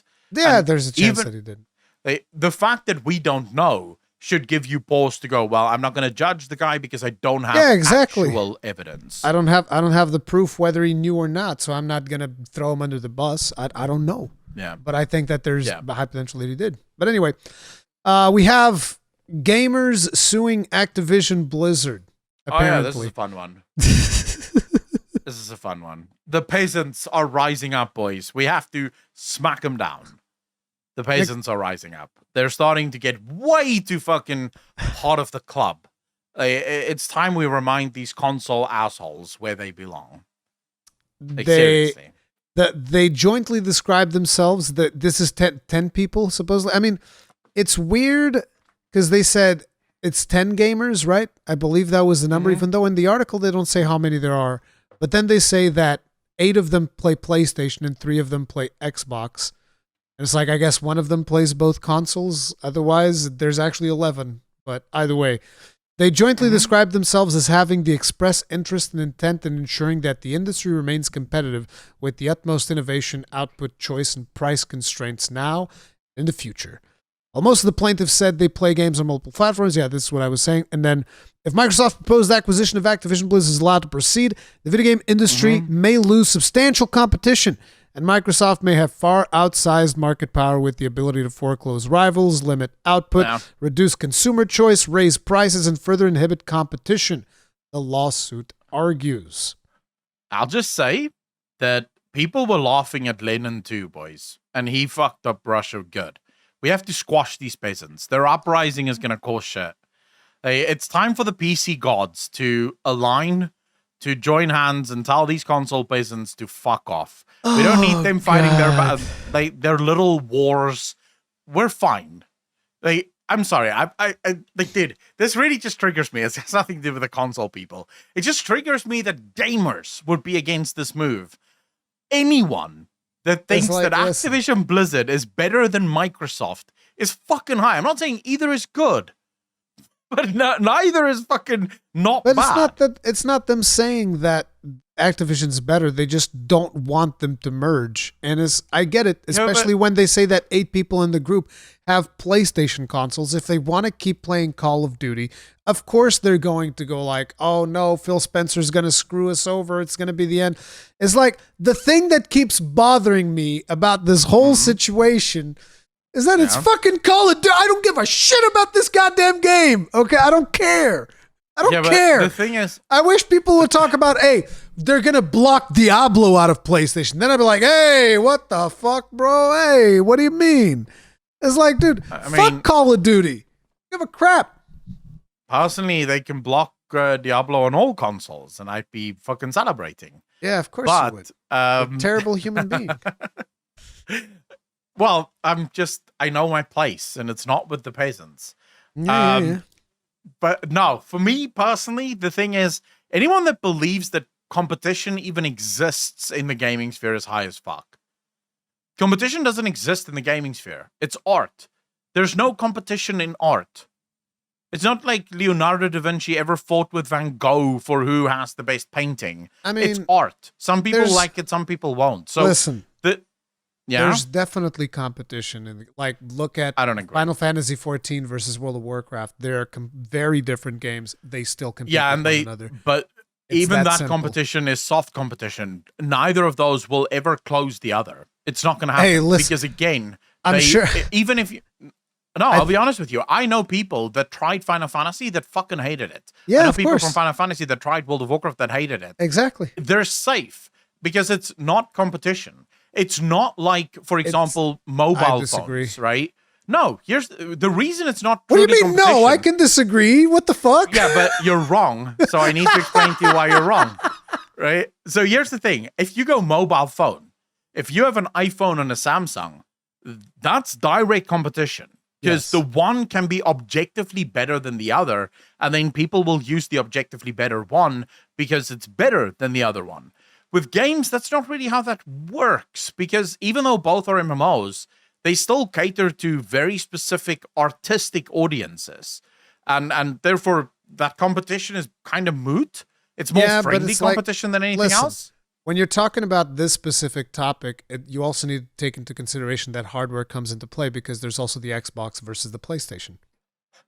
Yeah, but there I do not think PlayStation has a leg to stand on when it comes to the hardware thing. Because pound for pound, Sony still has the market share.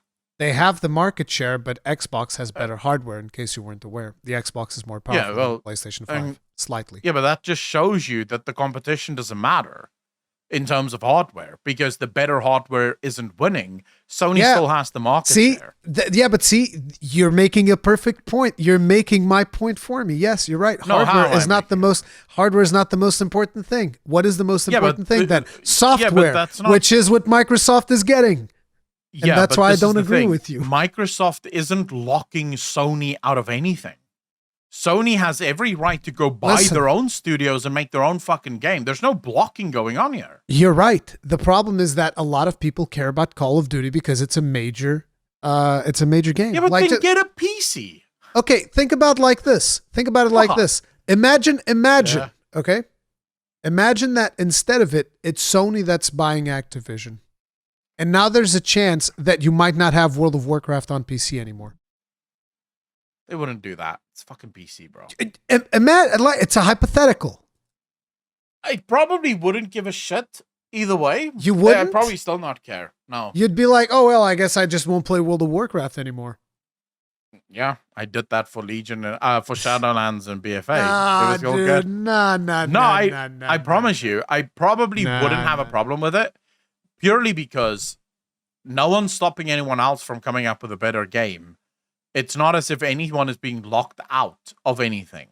And that's why I don't understand the gamer specifically. Like, I understand Sony's lawsuit, kind of. Not quite, but kind of. I understand Sony's lawsuit. I understand the gamers. I don't understand the gamers' lawsuit. Okay, let me put it actually like this. Actually, I don't understand the gamers' lawsuit either, because the one thing that doesn't make any fucking sense is you're literally going to try to sue Microsoft when you could just, like, spend $500 and buy an Xbox. Your solution to this is to go spend millions on a fucking lawsuit against Microsoft? Like, but that's I would not be weird. Surprised. That is very weird. Yeah, but I'm almost like, I would not be surprised. Okay, this is going to be very conspiracy theory shit. I think Sony is behind it. Come on. I do. No, here's why. You just made the perfect point. Lawsuits isn't cheap. Yeah, it's going to be expensive. Cost you millions of dollars, especially against a company like Microsoft. Yeah. How many times do you think they're going to postpone and push it back and push it back? Yeah, they're going to make it. It's going to cost them a lot of money if they want to keep, pursuing it. It's going to cost them, because everybody knows that the law can be bought. Let's just be real here. The law is bought and paid for. The other thing is, so I'll tell you, in South Africa, when you phone a lawyer. And the reason I know this is because I did it. I phoned a lawyer and I told him I wanted to sue Eskom because their power broke my PC power supply, and I wanted to sue them. I was like, fuck it. Their power outages is costing me money. The lawyer literally told me, you do not have enough money. I'm not doing this. It's as simple as that. You do not have the money. He didn't laugh in your face. He was more polite. Yeah, but any lawyer worth their salt is going to tell those 10 gamers, I'm not taking this case. Even though I might become a millionaire because of it, you guys don't have the money to pay me. You don't. So eventually I'm going to have to fight this fight on my own, or just drop the suit, and you're never going to be able to pay me. So I have to sue you now for fucking damages. The only way that lawyer would have accepted that case is if Sony was involved, or at least someone big enough that they guaranteed know they're going to get their paycheck at the end of it. Because I don't even think those gamers have a leg to stand on legally. I don't think they can sue a company for trying to acquire another company. I don't know if that's even, I don't even know if there's legal precedent for it. So I think this is Sony, knowing that the lawsuit is not going to go anywhere, but optically, this looks really bad, right? Optically, this looks like even gamers are against the acquisition. And I think that's what Sony is trying to do. I will not be surprised. I will not be fucking surprised, bro. I'm just like, at this point, I don't. I just wish they'd stop talking about Call of Duty, because I don't give a damn, dude. But Call of Duty is fun, though. It is fun. I don't care about that game at all, dude. Like, at zero. That my interest in it is less than zero. I think there's much more interesting IP that Blizzard has that should be talked about. But ultimately, as both of us know, Microsoft doesn't even give a crap about Call of Duty themselves in a way. Like, they bought Activision Blizzard for King, for mobile, and now they're also going to go turn around and just go like, hey, you know what?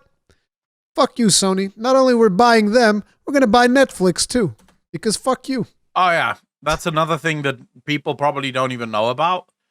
Yeah, Microsoft has their eye on buying Netflix. Did the article that you read said how much they were planning on offering for it? No, but if you look at sort of general pricing, all of the other companies that they've acquired in the last 3 years ranges from about 21 billion to 26 billion, and now the Activision Blizzard one's 69 billion. So obviously massive. I don't think they mention anywhere how much they're willing to pay, but what's the best way to see this is what is the current market evaluation for Netflix? With a market value 13 times that of Netflix as of early December, 1.8 trillion Microsoft can afford Netflix. Wow, so it has a market cap of 13 times higher than Netflix. Here's an interesting thing. Like, when people think Netflix, they think about the TV service, all of that. Yeah. So let me just tell you, I'm currently in the Netflix webpage, and I was just like, okay, let's just take a look. How many mobile games this Netflix has? Because we're talking about how this is potentially another move for Microsoft to get deeper into mobile games, right? So they have Hextech Mayhem, League of Legends Story, Into Dead 2 Unleashed, Point P, Relic Hunters Rebels, Rival Pirates, Before Your Eyes, Dragon Up, Kentucky Route Zero, Lucky Luna, Oxenfree, Scripted Crime Stories, Stranger Things 1984, Stranger Things 3 The Game, This is a True Story, 12 Minutes, Bowling Ballers, Shootin' Hoopers, Sky of Chaos, Teeter Up, mobile shit. Arcanium Rise of Accolonn, Card Blast, Exploding Kittens, Hello Kitty and Friends Happiness Parade, Party Heads Up, Nailed It, Baking Bash, Knittens, Crispy Street Shatter Remastered, Stranger Things Puzzle Tales, Wild Things Animal Adventures, Asphalt Extreme, Dungeon Dwarves, Moonlighter, Cats and Soup, Country Friends, Flutter, and the list keeps going. Yeah. Were you aware that Netflix had all of these goddamn games? Yeah, I am. I have Netflix on my phone whenever the power goes out to watch Big Bang Theory that I downloaded.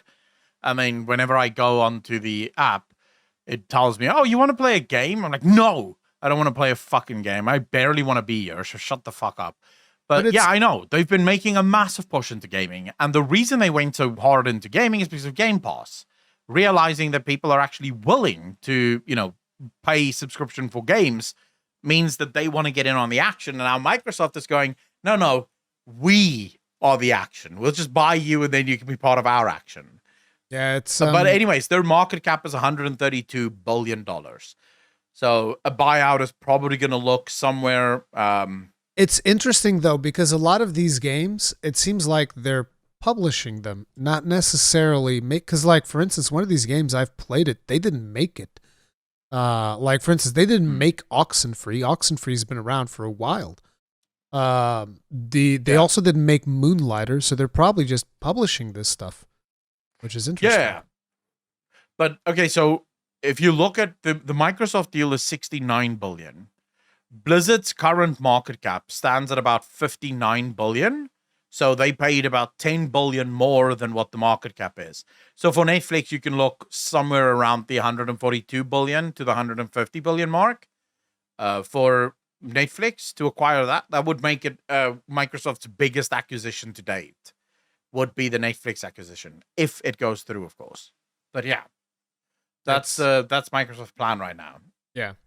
So the next couple of topics going to be a little bit faster. So the first thing is Preach. I would like to start things off because, like, I personally react to a lot of Preach stuff. I would imagine that you also react to a lot of Preach stuff. He does a lot of cool content for us. Preach's office got absolutely flooded, fucking and destroyed, which kind of sucks.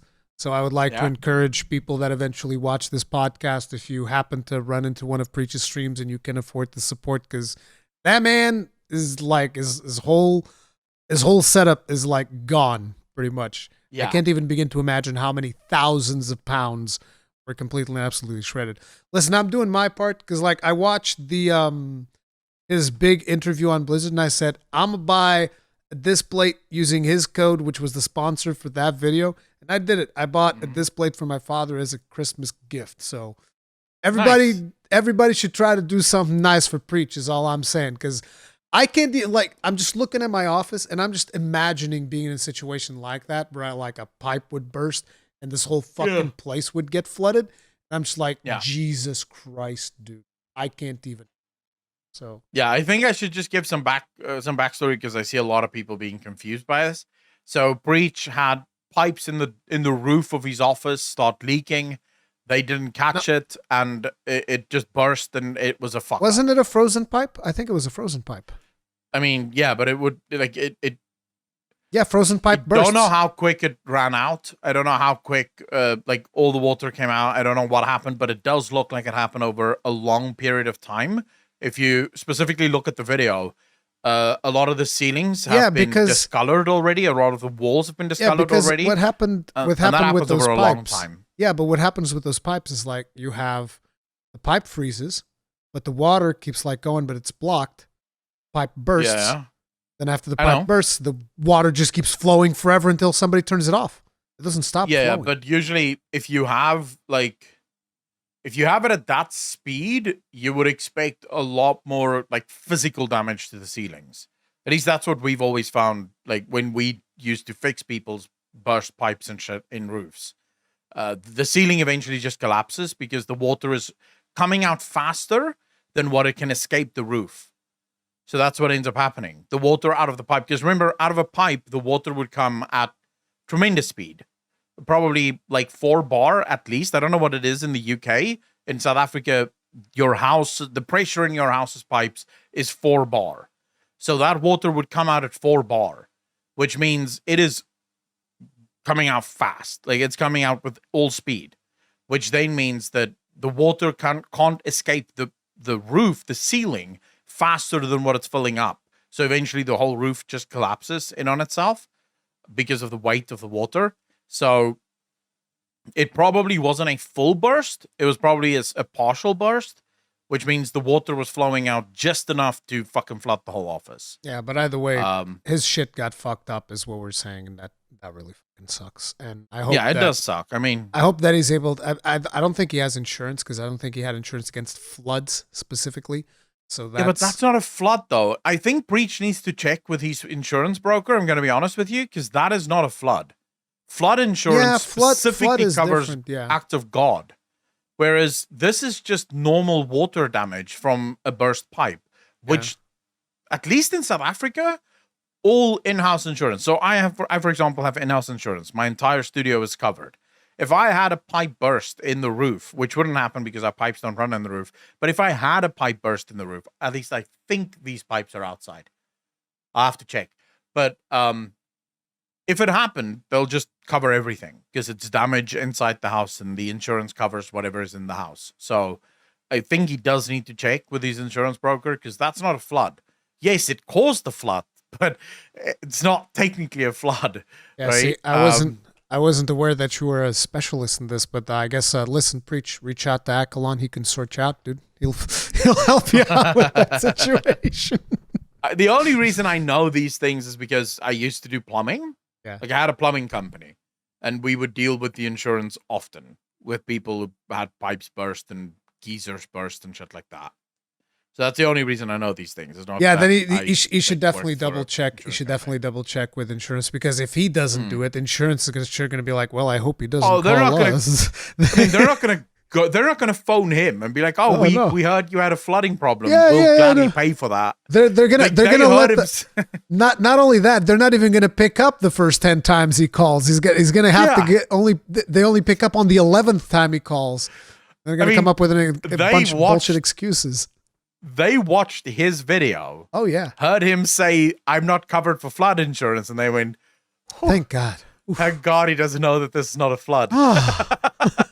They don't give a shit about shit like this, dude. Yeah. So no, I do think he should phone his broker and just make sure.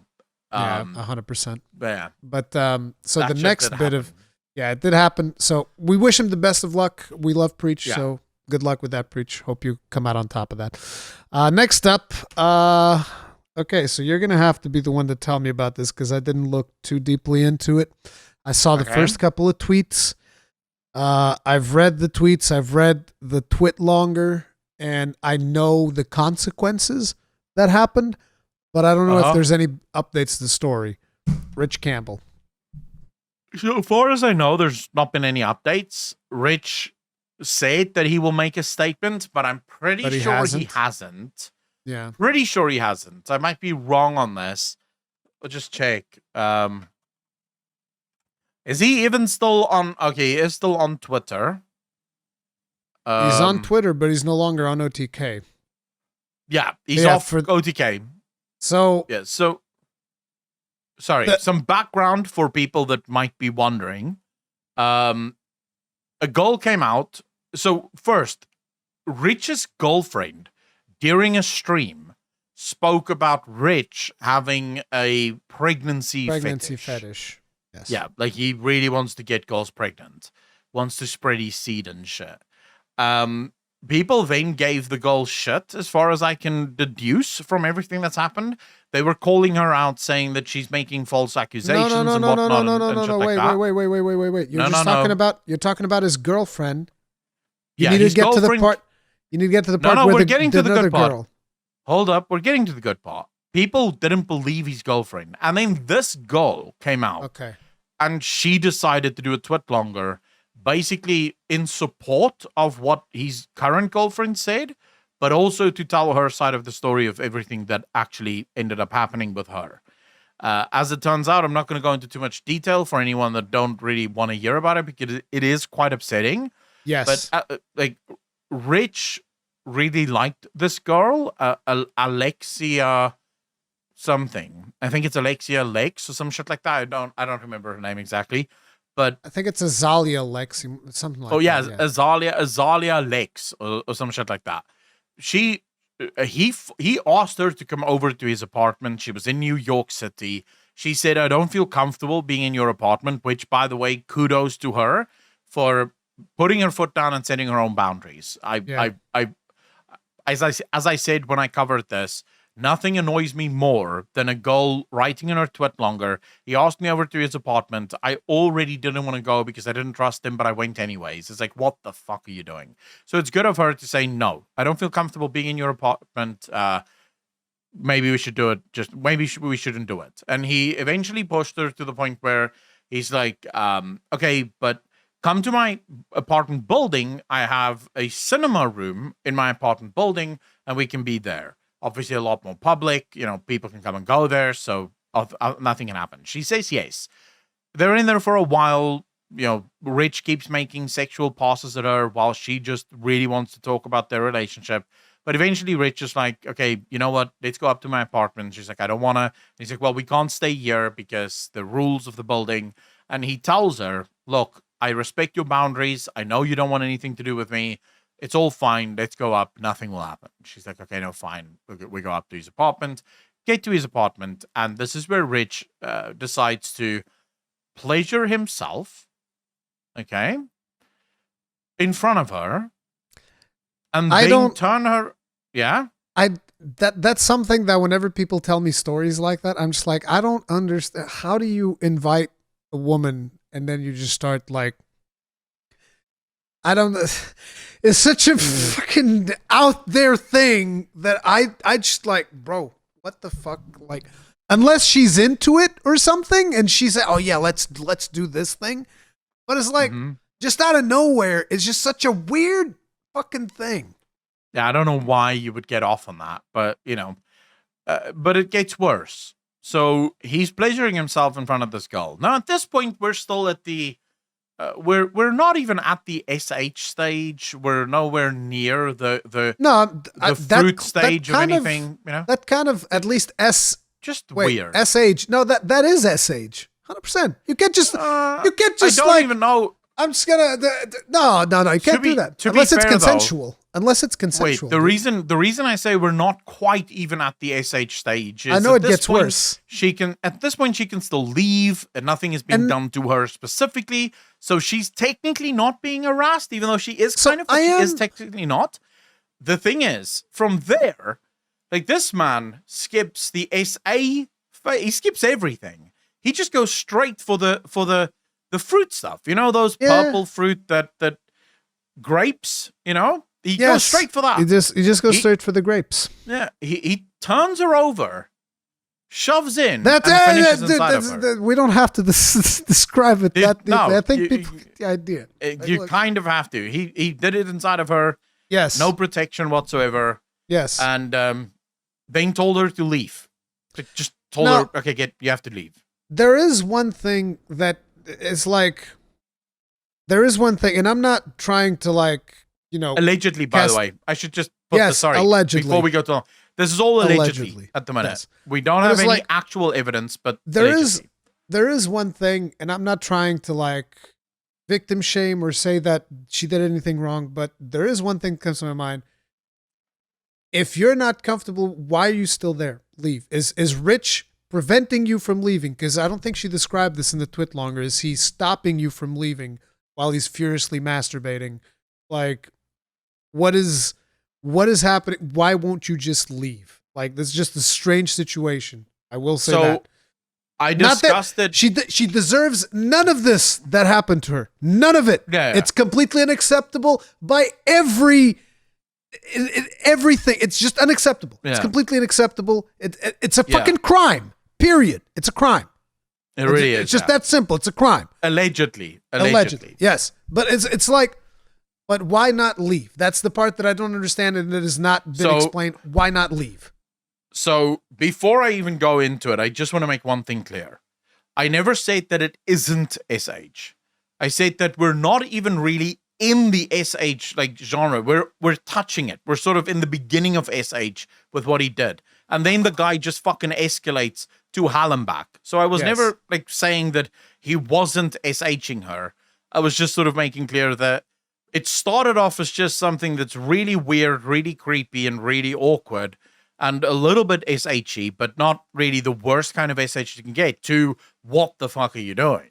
Yes. Now, that being said, the whole why didn't you leave? I can think of a number of reasons.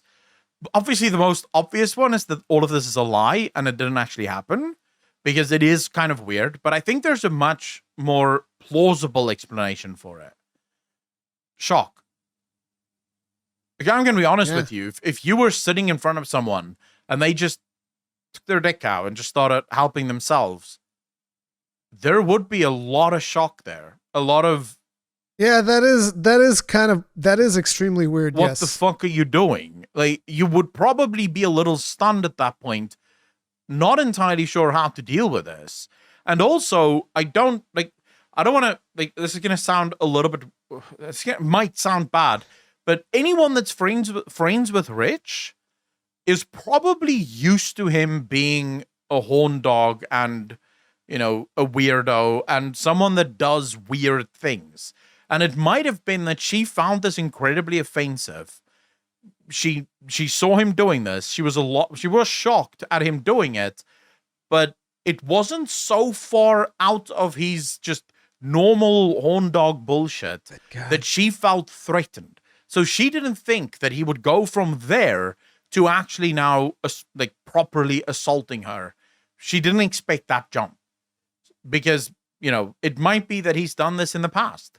So this is not the first time he's done this, because he kept telling her, this is, by the way, why they never actually started dating, because he kept telling her that he only sees her as a sexual object.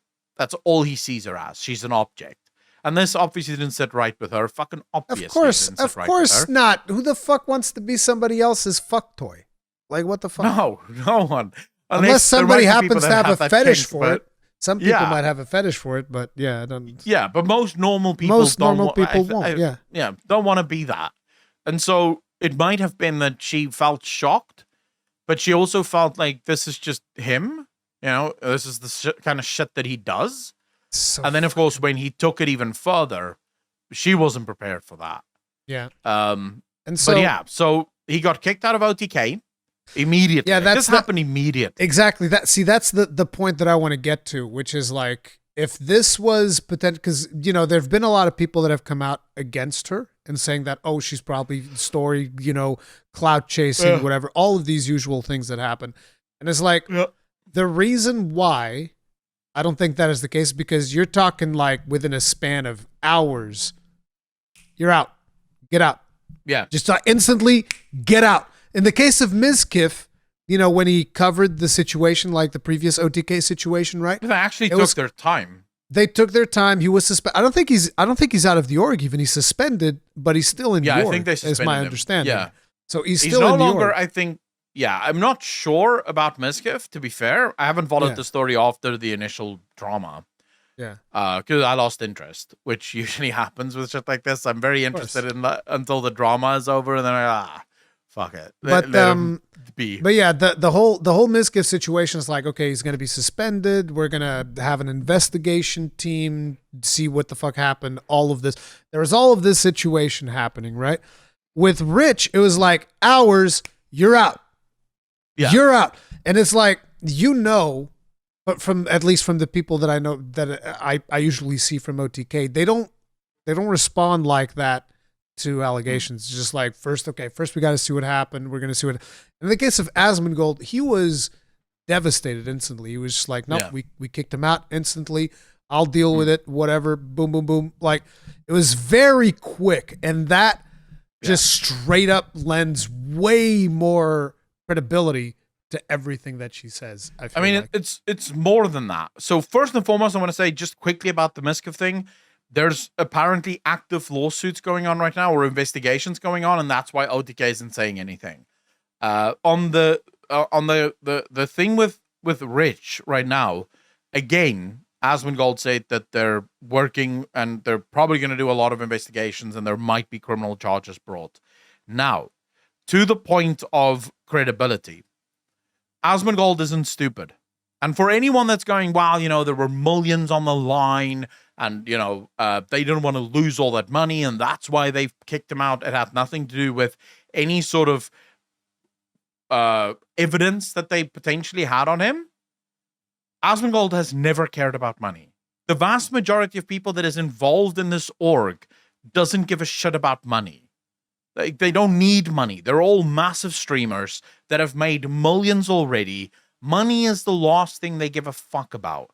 Asmongold does not strike me as the type of person to throw his friend under the bus unless he knows for a fact his friend deserves to be there. I don't think Asmongold is the kind of guy, because the problem is, okay, these allegations come out about Rich. If OTK came out and they said they suspended Rich following a formal investigation, they'll get back to people once the investigation is finished. It all remains up in the air. Did it happen? Didn't happen? Yeah. You know, what exactly is going on? Asmongold isn't stupid. He would have known that optically this crushes Rich. This crushes him. Yep. Any hope that Rich had of clearing his name is gone after he gets fired from, because he kind of did get fired. Anyone that says, you know, they asked him to resign, that's just a nice way of saying they gave him an option. Resign or we fire you. Yeah. So, you know, and they asked him to resign, which means he was fired. They knew that this is crushing all hopes that he could ever have of being innocent of this crime. And then Asmongold goes further. In the video where he's so distraught, he says, I saw everything that you guys have said. I obviously also saw more things than what you saw. So Asmongold made it clear that he had even more evidence than all the evidence that we have seen about this story. And he still went ahead and kicked him out. He still kicked him out, which means whatever evidence Asmongold had of this didn't change his mind against what the girl alleged. Yep. It changed his mind to actually go after his friend and fire his friend. So I would say I'm 95% certain, even though, yes, allegedly, and yes, innocent until proven guilty, but with everything stacking up the way that it stacks up, it sadly doesn't feel like Rich is coming off of this one in any sort of good, in any sort of good way. That at least is my opinion on it.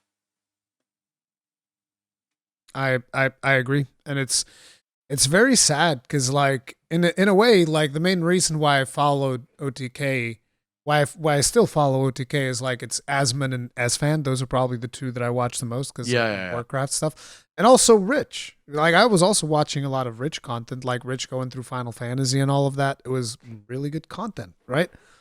And it's like, I kind of feel like there's just so much fucking drama happening around his org that it kind of fucking sucks. But dude, I hope that justice is served, you know? But there's a reason why there's so much drama around this org.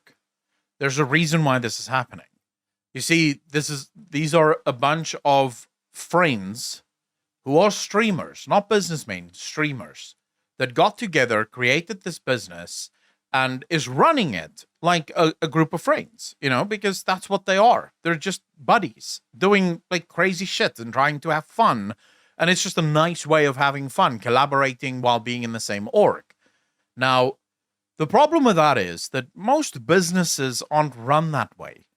You know, when you have a co-founder of an org in a proper business sense, there's usually background checks that's done. I have a friend who is currently a CEO in a very big company. He went through 6 months of background checks before he got the nod to become the COO of the company.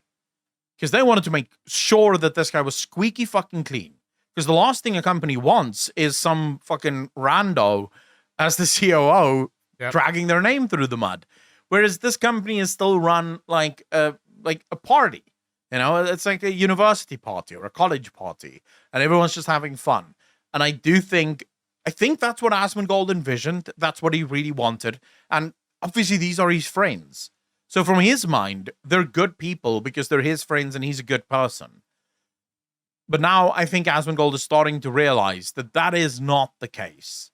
There are bad people, and I will go so far as to say 95% of all Twitch streamers, I would say, are probably bad people.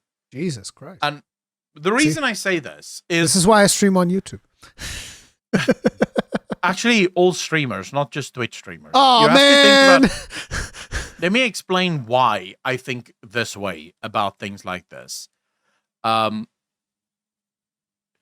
don't see celebrities, like actors and singers, as good people to begin with. These are usually people that have very few moral values. Their morals tend to blow with whichever direction the wind blows in. That's why, you know, they believe the weirdest shit. As someone that studied acting, I can tell you, they have no concrete value system whatsoever. Their values is whatever they're told to be to get the next role. Okay, so that's actors in a nutshell. What makes this even worse is here you have a group of people that got famous because everything is content. Everything is content. And most of them walk around with an incredible narcissistic personality disorder where they believe themselves to be gods. They believe themselves to be much better than what they are. And this leads to you believing that you can get away with things that other normal mortals cannot, which is, I think, most of these guys that make it big. I probably shouldn't say that 95% of all streamers are bad people, but rather 95% of all the ones that make it big. Because if you look back on their careers, you will find that all of them have questionable things that they have done in the name of becoming famous. They have done things that normal people would find kind of appalling, but they have done it because it... Look at the amount of streamers that get involved in these NFT fucking scams. Oh my God, that literally dude, that is rape so their audiences. Disgusting. That is so disgusting, dude. They do it because they have no moral center. Their moral center is what sells, what makes me famous.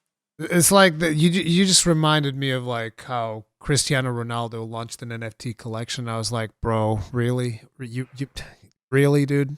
An NFT collection. But I will say, in the case I'm assuming of you're probably a fucking billionaire and you're gonna launch an NFT collection to fleece your fan base. That's disgusting. I'll tell you now, it's not Cristiano Ronaldo that launched that.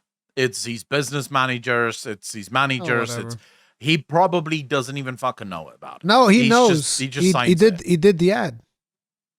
Yeah, but he's told do the ad. He probably doesn't even know what fucking NFTs are because he's a sports guy. You know, he plays sports. He has all these business people around him. They're telling him NFT is the next big thing. And he's like, all right, let's go for it. You know, he doesn't give a shit about anything else. Sports guys is a little bit different. Because sports guys tend to focus only on their own things. But Twitch streamers, don't be surprised when this happens even more. The one thing that I'm excited about and the one thing that makes me happy is that it does feel as if, well, this is a good and a bad thing. It does feel like more goals are starting to be comfortable coming out. It feels like more goals are starting to get comfortable at coming out, at saying what happened to them, and telling their side of the story. Now, of course, that comes with the good and the bad, because for every goal that comes out and says something that is true, there's almost inevitably going to be 2 or 3 people with questionable morals that sees this as a quick way of getting famous that makes accusations that isn't true. What I'm about to say is going to suck, but this is the reason why sooner is better than later. But unfortunately, you know, people take a lot of time to process trauma. And, you know, some people never get over it. Some people never get to the point where they can share what happened to them. Yeah, which fucking sucks. But it's like fundamentally, if you can gather strength, you should do it sooner rather than later, because then it has a bigger impact and you're able to tell your story better. But, you know, each person cooks how they do. It is what it is. The only thing I wish we could stop, and this again comes out, I feel so bad for saying this right now, but I don't mean anything bad by it.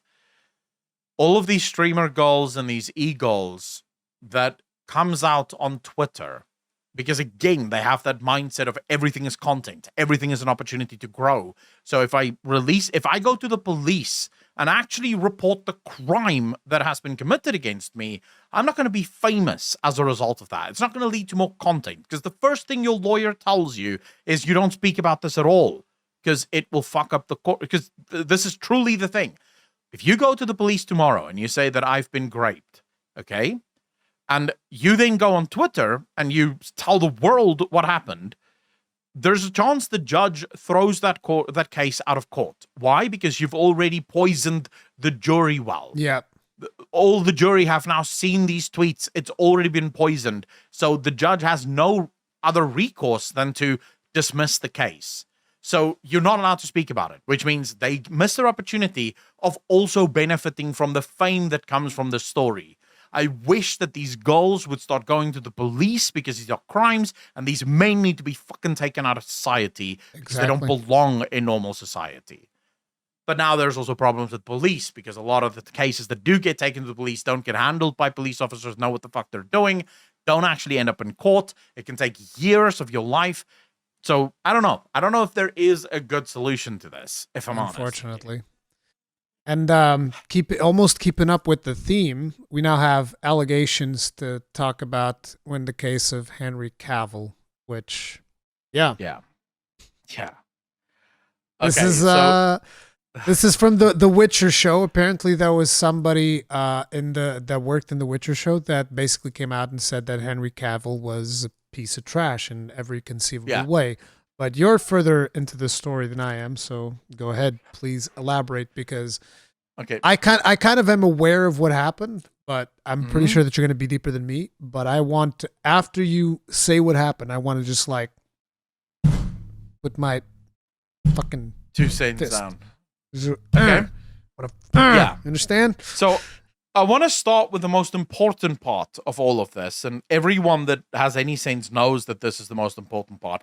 Henry Cavill is working on the cinematic universe for Warhammer 40k. Everyone needs to know this because it's important. It's going to be important for the rest of your lives, at least for the next 40,000 years. This is going to be important. So it's going to shape our future generations, your kids, your kids' kids, their kids' kids. They're all going to be part of this. It's massive, right? So that needs to be said. God Emperor Henry Cavill, thank you so much. That being said, everyone you realize knows that this paints you as a Henry Cavill shill. You're no longer unbiased in this argument. Dude, I'll drop to my knees for that man. He's a good guy. But no, Henry Cavill, as far as I'm concerned, God Emperor level. And I do think that okay, so at this point, everyone knows that Henry Cavill walked away from The Witcher. Not everyone knows why Henry Cavill walked away from The Witcher, because I have to tip my hat to him. Even after everything that has happened, he never walked away on bad terms. He didn't walk away and badmouth the show. He didn't walk away and say anything mean or bad. In fact, he walked away. He wished whoever the budget Chris Hemsworth is, he thanked him. Liam Hemsworth, bro. Liam. Yeah, all right, well, budget Hemsworth. He told him, good luck and you're going to be great and you guys are going to love budget Hemsworth in this show. It's all going to be great. And then the show, the people involved with The Witcher comes out. One person. And one person, but I'm almost certain that others were involved. They just didn't get involved straight up. But they basically come out and they make a bunch of accusations against Henry Cavill, saying things like he was very unprofessional, he would change the lines even without speaking to the showrunner, he would constantly rewrite the script without talking to the writers, he would be mean to everyone, he would be bitchy and moany, and he would keep to himself, not wanting to speak to anyone. He was just a miserable person to work with. Many of the actors didn't want to go anywhere near him because he was mean to everyone. And then you hear some of the people that have been working have worked with Henry Cavill in the past. They're like, what? That's not him at all. He's apparently, if anything, Henry Cavill is almost always absent-minded. I actually watched an interview with people that worked with him on Superman that says whenever you look for him, he's playing games. He's on his laptop playing video games. Imagine Superman playing The Witcher. Actually playing the game The Witcher. Yeah, the thing that I take away from this, because when they said that he would rewrite the script, I'm immediately reminded of the preconditions under which Henry Cavill accepted the role of Geralt. Now, many people have forgotten this. Henry Cavill said straight up, he will play Geralt. And he actually said he will play Geralt for as long as The Witcher runs, as long as they remain faithful to the source material. They have to remain faithful to the story, faithful to the books. It's kind of interesting that that's the world we live in now, where the actor that is playing the leading role needs to say, hey, listen, I want to do this, but only if we're going to keep true to the fans, if we're going to do this properly for the fans, then I want to do this. Yeah. Isn't it a weird world? It's almost like Henry Cavill's like, man, with all the bullshit these people are pulling with a lot of these franchises, Henry Cavill's like looking over there at the Star Wars as it's crashing and fucking burning into the ground, and he's like, man, I don't want to play the Han Solo to this show if that's the direction we're going. Fuck that. But you also have, and again, so few people know about this. There's a writer that left The Witcher set. He was one of the writers on season 1 for The Witcher. And he left The Witcher set for another show. I can't remember. I want to say that it was for House of Dragons, but I could be wrong. So don't quote me on that. But he came out with his own article about what it was like to work on the Witcher set. And he sort of compared it to what it was like compared to where he works now. He said on the Witcher set, the vast majority of writers had never read the Witcher books. Those who have read the Witcher books hated it. They couldn't stand the Witcher books. They didn't. Then why the fuck are you writing for the show The Witcher? You're clearly the wrong fucking person. Yeah, paycheck. So he said they would have so many fights in the original, like season 1, about things that these writers would do. Like they would just change the story, and he'd be like, "Wait, you can't. You can't change this. This is fucking part of the story. What are you doing?" And they're like, "Yeah, but this is wrong. You know, we can write it so much better." So he eventually decided to leave because it was just such a toxic environment. Because no one on the show seemingly cared anything about the show. Anyone that was writing for the show didn't like the original show. They wanted to make their own thing that was better. And I genuinely believe that that's why Henry Cavill left. Yeah, that was the idea. That was the idea that I had as well. Yeah. Yeah. I think he saw season 3 and he said, yeah, this is my last one. The shit that you guys are pulling with this show, yeah, you good luck. And then, of course, they came out and they tried to smear him. Yeah, it's like the funny thing was, I remember watching reading one of those tweets, and in that tweet, this I think it was a lady. This lady said that Henry Cavill was incredibly toxic, and that was because he was a gamer. Like that. Yeah. That was basically her logic. It's like, yeah, it was the gamer side of him made him incredibly toxic and misogynist. And it's like, dude, you know what? Fuck you, lady. That's what I have to tell you. Fuck you. Get fucked. Like, agree. Seriously, like it pisses me off so much nowadays that like somebody's like, oh, I'm a gamer. And it's like the first thing that comes to mind, oh, you're a misogynist? Because that's kind of like the way that it goes. Somebody says they're a gamer, they're instantly like a misogynist, a bigot. It's like all of the other isms that instantly just like pop out. And I was like, bro, what the fuck? It's like, dude. Yeah. It makes me sick because like, look, I want my kids one day, if they want to, play video games and whatnot, to not have to deal with this fucking stereotype that if you somehow like playing video games, you're also like all of these other bad things.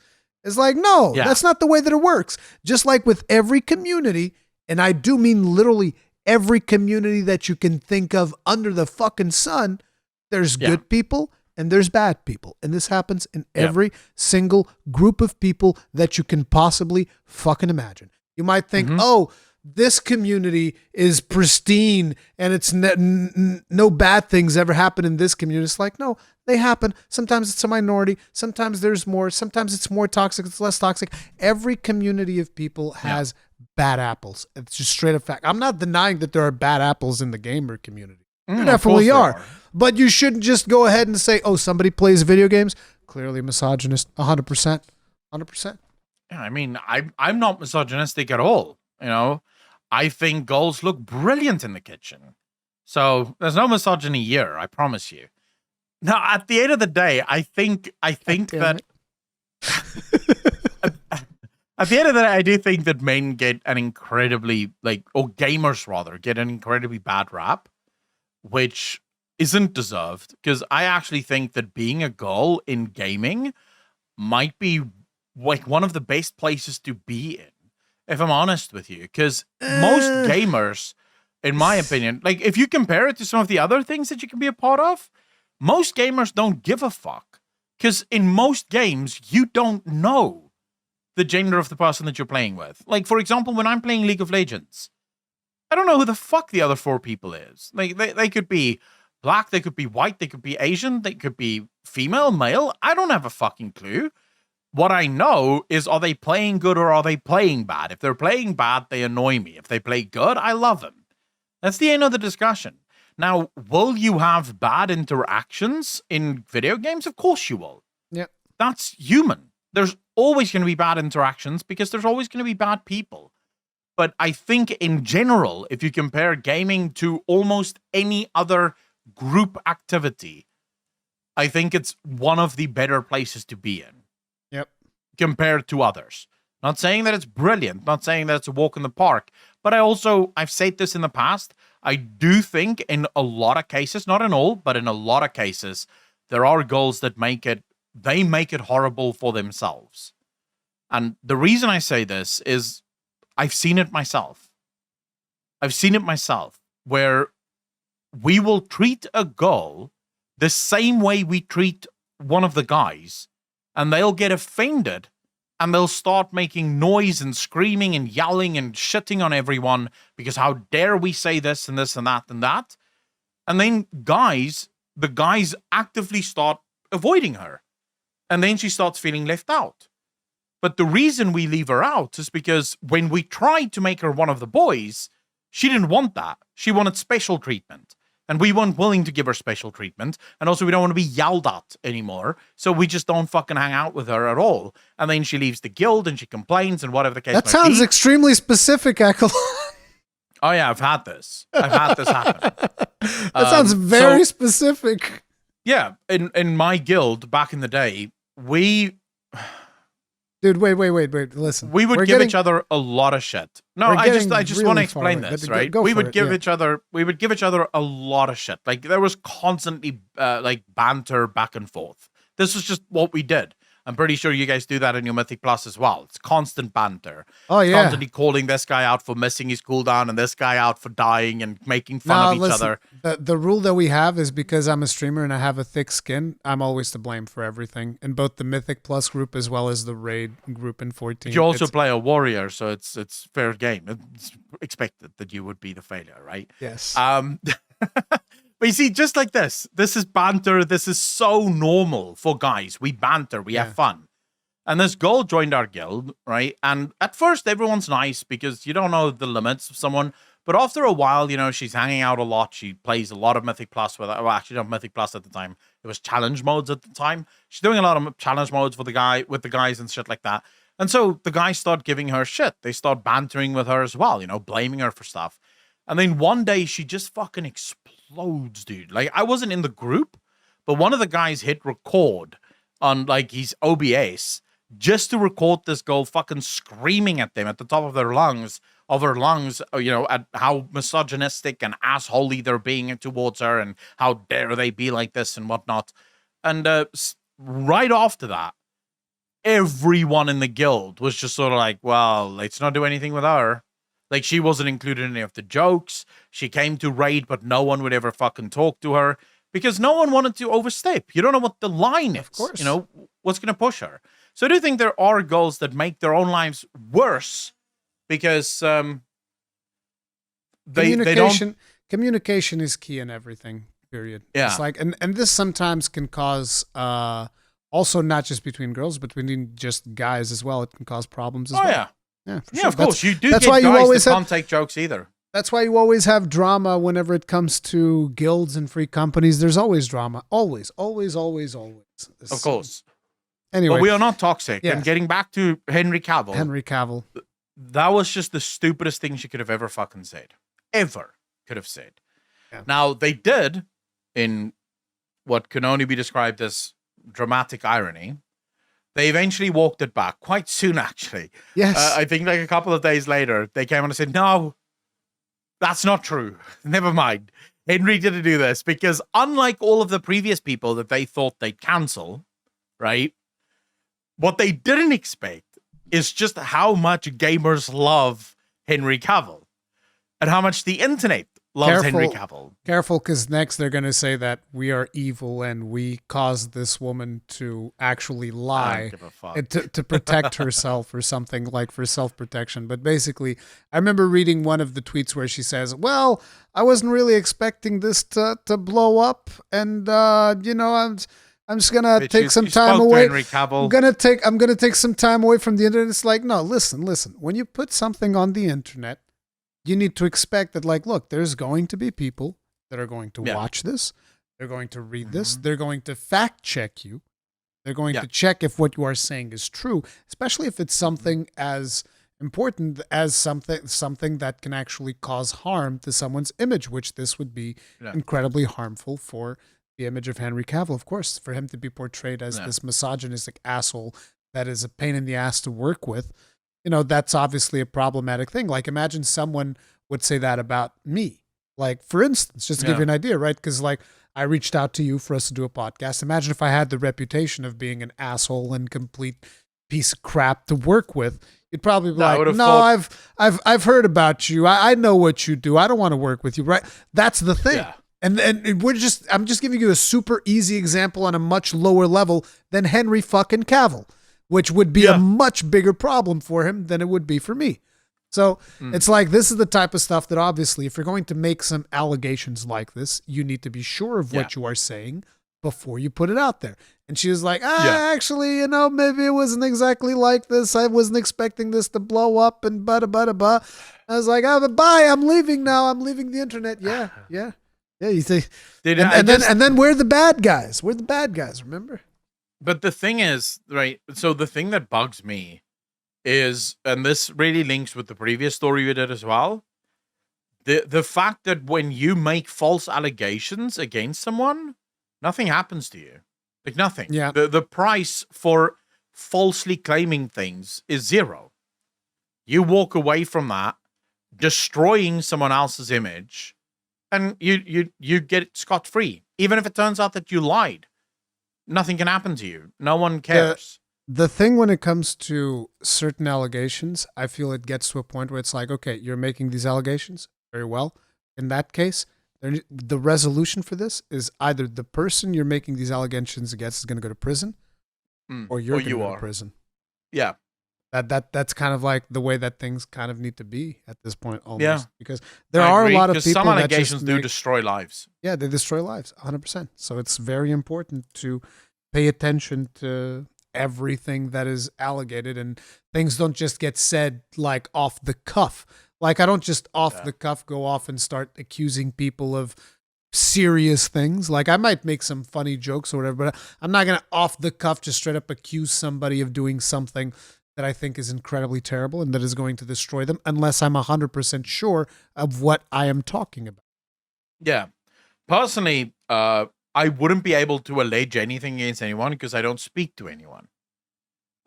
So unless it's you, I'm just a figment of your imagination. Or Sebi, right? I could probably make like an allegation against you or Sebi Webs, of the famous people that I know. Famous. That's like the only thing I couldn't do. I couldn't really make allegations against anyone else. Because as soon as I do, like, let's say I come out and say, yeah, this guy did this. All the guy will say, dude, I've never even spoken to you. And I wouldn't have a DM to prove that it happened because I've never DM'd him. Anyway. So there's no allegations from my side. I just keep my head down and react to the drama. Basically, this person walked everything back. There's know, and Henry Cavill is going to be a Primarch or whatever it is that he's going to do in the next. Dude, he's the God Emperor. He's the God Emperor. I thought I thought you didn't want him to be the God Emperor, but anyway. No, but he is the God Emperor. We have one more topic, and this one is about Ubisoft. So yesterday, was it yesterday or was it the day before? I don't know, a couple of days ago, I saw a post that indicated that Ubisoft did a crossover with Monster Hunter. Now, this is something that had already been done in Monster Hunter World, where Monster Hunter World did a crossover with Assassin's Creed. And what they did in Monster Hunter was they gave us a mantle, which is a special item that you can use when you're on hunts, which is the Assassin's Mantle, which made your character run a little bit faster.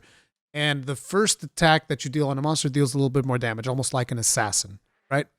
Just like the Assassin's Mantle. Okay. And that's the thing that we got. And on top of it, they gave us a special cosmetic that made our character look like Bayek, who is the main character of Assassin's Creed Origins. Not mistaken. Bayek. So basically, these were all things that you could get in-game for free. Yeah. Because it's like whenever there's a collab in Monster Hunter, usually they give you a bunch of shit for free. So we got the Assassin's Mantle and we got the Bayek skin. And there was also like a special quest that you did to get these things. You needed to get materials from this quest, but it's a quest that's infinitely repeatable. So you just get the materials and you craft the things that you want and you're done. And that was the collaboration with Assassin's Creed. Yeah.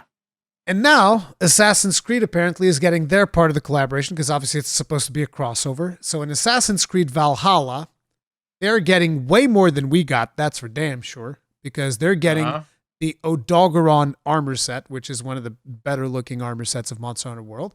They're getting the Garon Rod, which is basically like a staff type weapon that is themed around this monster called Odogaron. Then they're also getting a hatchet themed around Odogaron as well.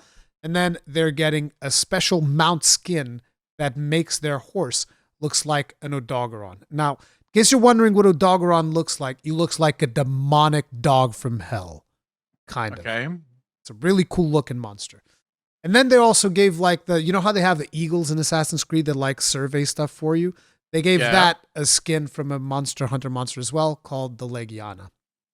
And so they do all of these things. And now I'm thinking to myself, first time that I watched this, I'm like, oh, cool. They finally got their part of the crossover. And very much like us, I just assumed like Monster Hunter, I'm assuming they get it for free. And then I was like, wait, no, it's Ubisoft.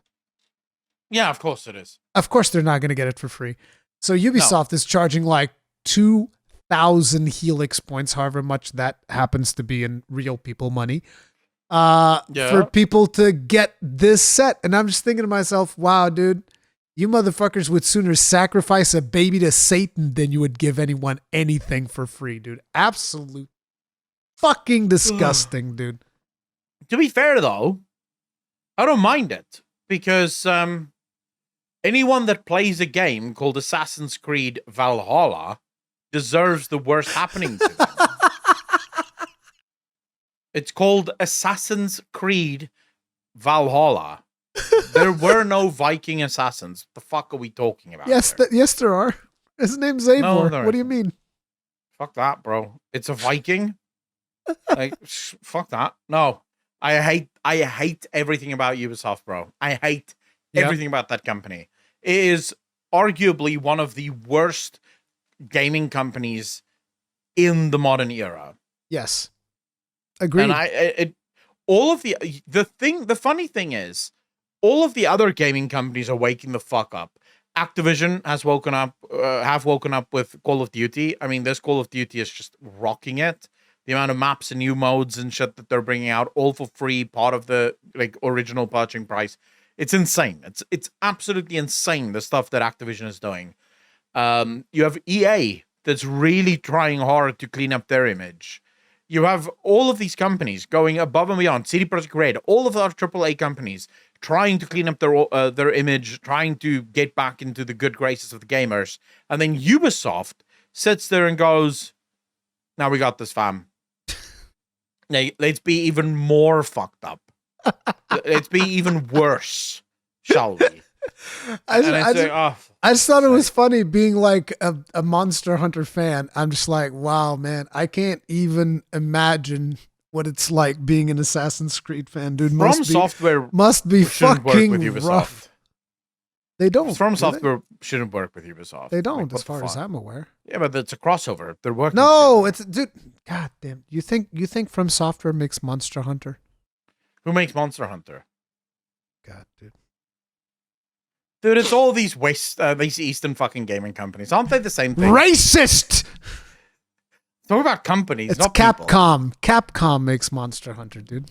I was like, why the fuck's he talking about From Software? Like, what the fuck are you talking What's the difference? It's the same company. Fine, let's move on. Why are they working with fucking... Wait, Capcom isn't good either. Well, they're the Resident Evil guys, isn't they? Yeah, aren't they? Yeah, they are the Resident Evil guys. Hey, they made Resident Evil 7 or Village. That sucked dick. No, it didn't. Yeah, it did. Look, I don't play Resident Evil, but my understanding is that Resident Evil Village is pretty good. From what people told my me, understanding anyway. from watching it, it's pretty shit. It sucked monster dick, bro. Maybe it's not for you. But like, look, when I talk about Capcom, I like to make it perfectly clear that the team that I like at Capcom is the Monster Hunter team. Devil May Cry team's pretty good too. The Dragon Dogma team's pretty good. I don't care about Street Fighter, right? I know that Street Fighter does some weird shit. I have nothing to do with that. Yeah, I don't know. I thought Capcom was also one of these scumbag companies. Probably are, though. In the past, they've done some pretty shady stuff. Yes. I mean, to be fair, though, a lot of Asian companies are pretty scumbaggy when it comes Whoa! to because the culture is different. Hold up. Dude. The culture is different. Dude, you can't tell me the culture isn't different in Eastern games. Yeah, but listen, Western they love companies... their fucking pay to win. No, wait, you're talking about Chinese companies. Okay, listen, if you're going to... Dude, China is not the big... No, China's companies aren't the worst offenders of fucking pay to win. What? It's South Korea. Like, okay, fucking pay to win in South Korea is insane. Listen. It's Asia, bro. Listen. These fuckers like their pay to win shit. I'm telling you.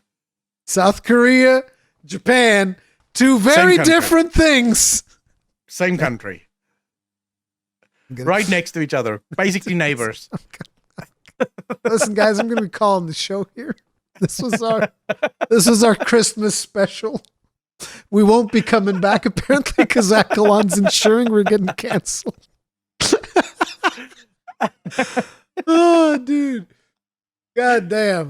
No, Japanese companies in general don't do a lot of pay to win.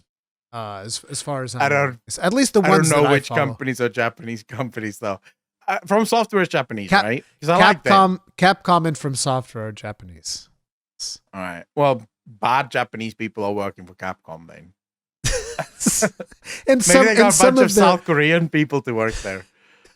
Like no, they just brought that culture of fucking pay to win back with them. They don't really have any pay to win that I can think of in Capcom. No, they don't. I'm giving them a lot of shit here. I don't know much about Capcom's gaming. You just don't like Resident Evil. But guess what? I don't like Resident Evil either, but that's fine. It's like there's nothing wrong. It's just not for me.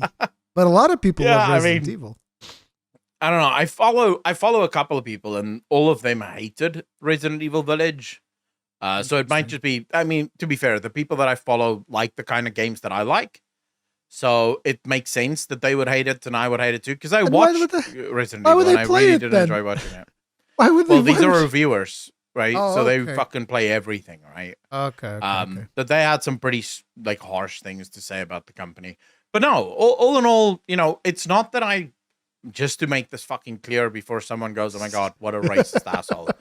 I don't mind Asian companies at all. I don't mind Asian people, but you would be remiss if you didn't acknowledge that the culture between the East and the West, a lot of the things that the West is currently doing was born in the East. And I don't mean that pay to win did come from the West, but what I mean is that the East really perfected it.